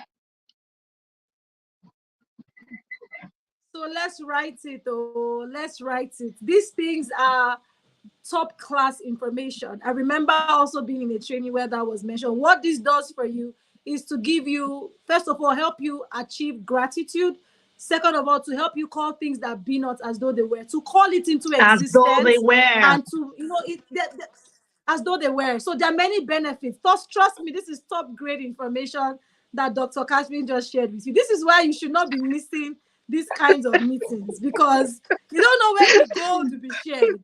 So go and take it and do it. And I'm telling you that you will come back with a testimony. When the testimony comes, don't I am forget to share telling it with you. us. But I want to beg you. Every time you learn like this, go and implement. Go and implement. Don't learn and keep it in your head. No, go and implement. So are we going to implement? I trust we are going to do this. We gotta go now. In fact, when you're at home with your sisters and your women, it's very difficult to go because their expectation will be drawing things out of you. The things in their mind and in their heart will be drawing things out of you. But you can see that time is just a non-entity when it comes to the things that you need to learn to be able to live again. All right. So thank you so much, everyone. This has been amazing. Dr. Catherine, I got to release Awesome. you now. Thank you so much for coming. Thank you so much for staying. Thank you so much for pouring in. We appreciate you. We love you. Thank you so, so much. God bless you and have a wonderful, wonderful, wonderful night. Bye. Thank you Sending so you love much. from See here. you. Sending you love. Bye. Bye-bye. Bye. Bye. We love you. Thank you so much. Bye. Oh, wow, wow, wow. One word for today, please. One word for today.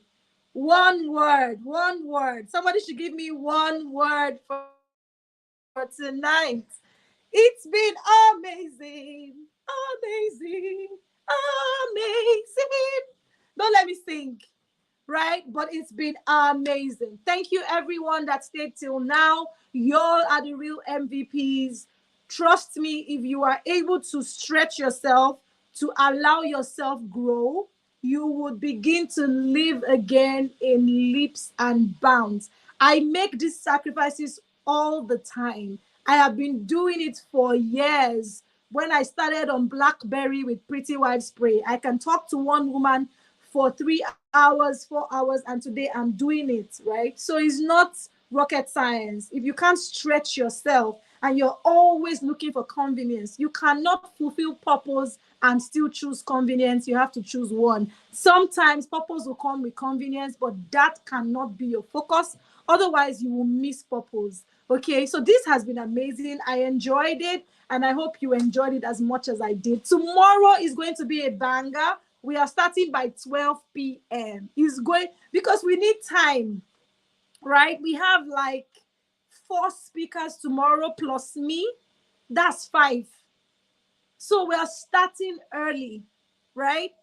If you want to join the Live Again outreach community, right? Visit bit, let me type it, bit.ly/laugh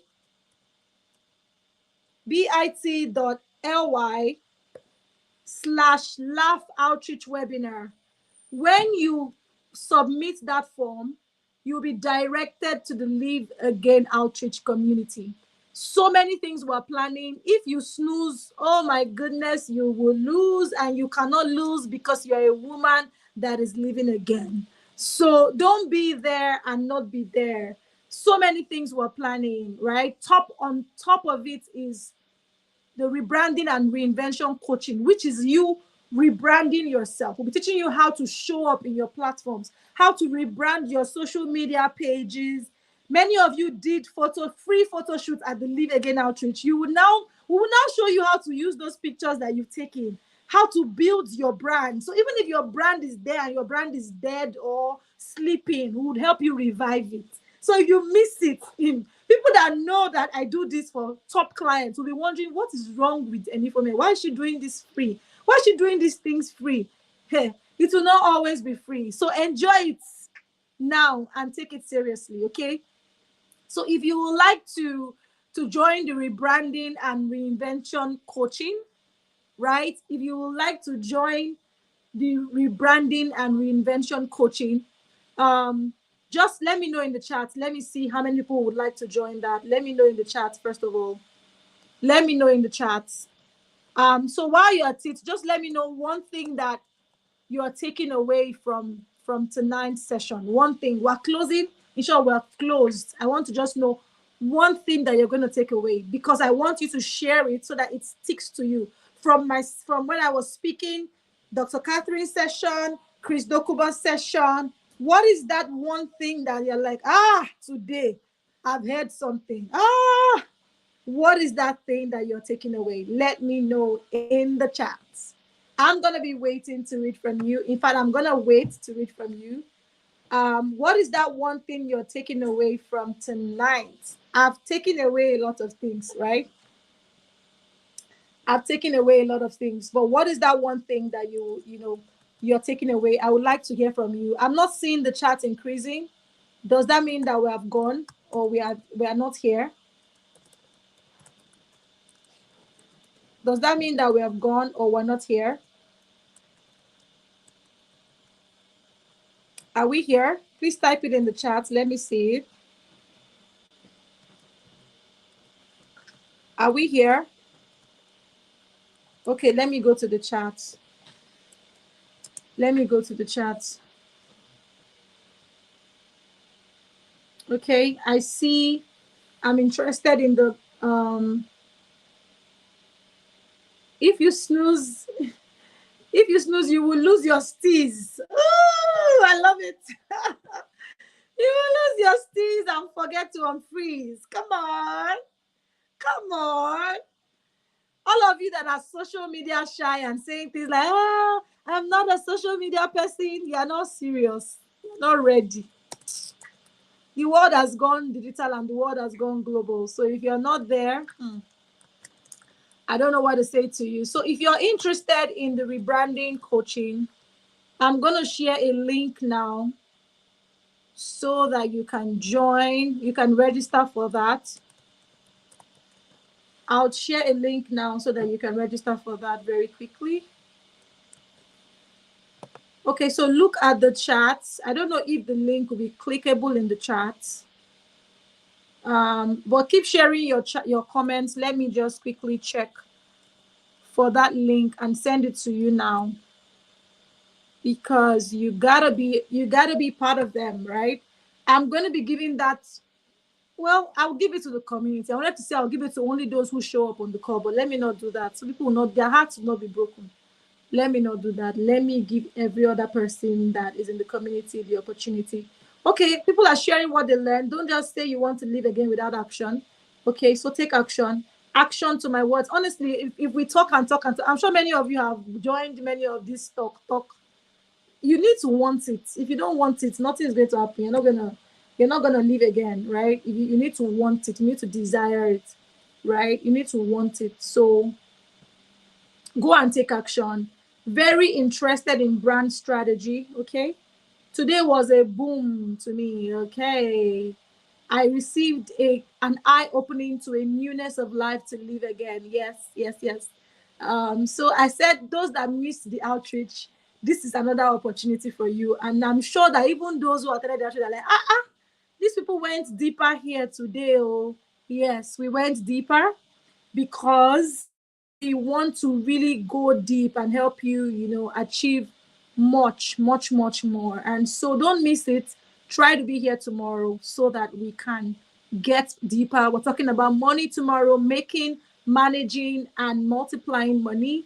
We're talking about leveraging your talents to live again. The speaker that is taking that topic, she was sewing in her mother's house and she built a multi-million naira fashion business from there. So, hey, God, you know what she said? If you snooze, you lose, and don't snooze so you don't lose the steez or something like that. Hey, don't snooze. Oh. Don't snooze, because we're also bringing someone, the MD of a top real estate company who built her real estate company from scratch. She will be sharing on how to using money as a tool to living again. We're also going to be having someone teaching on making, managing, and multiplying money. And then we have a speaker that is teaching on, how she began to live again after losing a spouse, a widow. She'll be speaking tomorrow. So tomorrow is completely loaded. Tomorrow is loaded, right? Tomorrow is loaded. So you don't need to miss tomorrow. Don't even snooze. Okay, I see. If I don't make it in life, I have myself to blame and no one else. I have to utilize every opportunity I get. So I have posted the link for the rebranding reinvention coaching in the chat. So you can click on it and register now as it is hot. I've posted it. It's bit.ly/laugh rebranding. Bit.ly/laugh rebranding. Okay, this is coming to you free, but it is in thousands. I charge thousands of naira, 6 digits, no, 7 digits. I charge 7 digits to take one client for my one-on-one coaching on rebranding and reinvention, what I call the live again coaching, live again customized coaching, one-on-one. I charge currently $1,000 for that. Currently, $1,000 for that. Currently, $1,000 is what I charge for, live again one-on-one customized coaching, and rebranding and reinvention is the core part of that. I'm giving it to the live again community for free. Wow. It's only God that makes me do these things. So please don't take it for granted and enjoy it while it lasts. Take advantage of the opportunity now. Okay, I gotta go. Thank you, everyone, for stopping by. If you missed or you're just joining or listening to this, I would encourage you to sit with the replay. Go to the replay, start from the beginning. It's going to be available on YouTube. And please share this with as many people as possible. God bless you. I'll see you next time. Bye.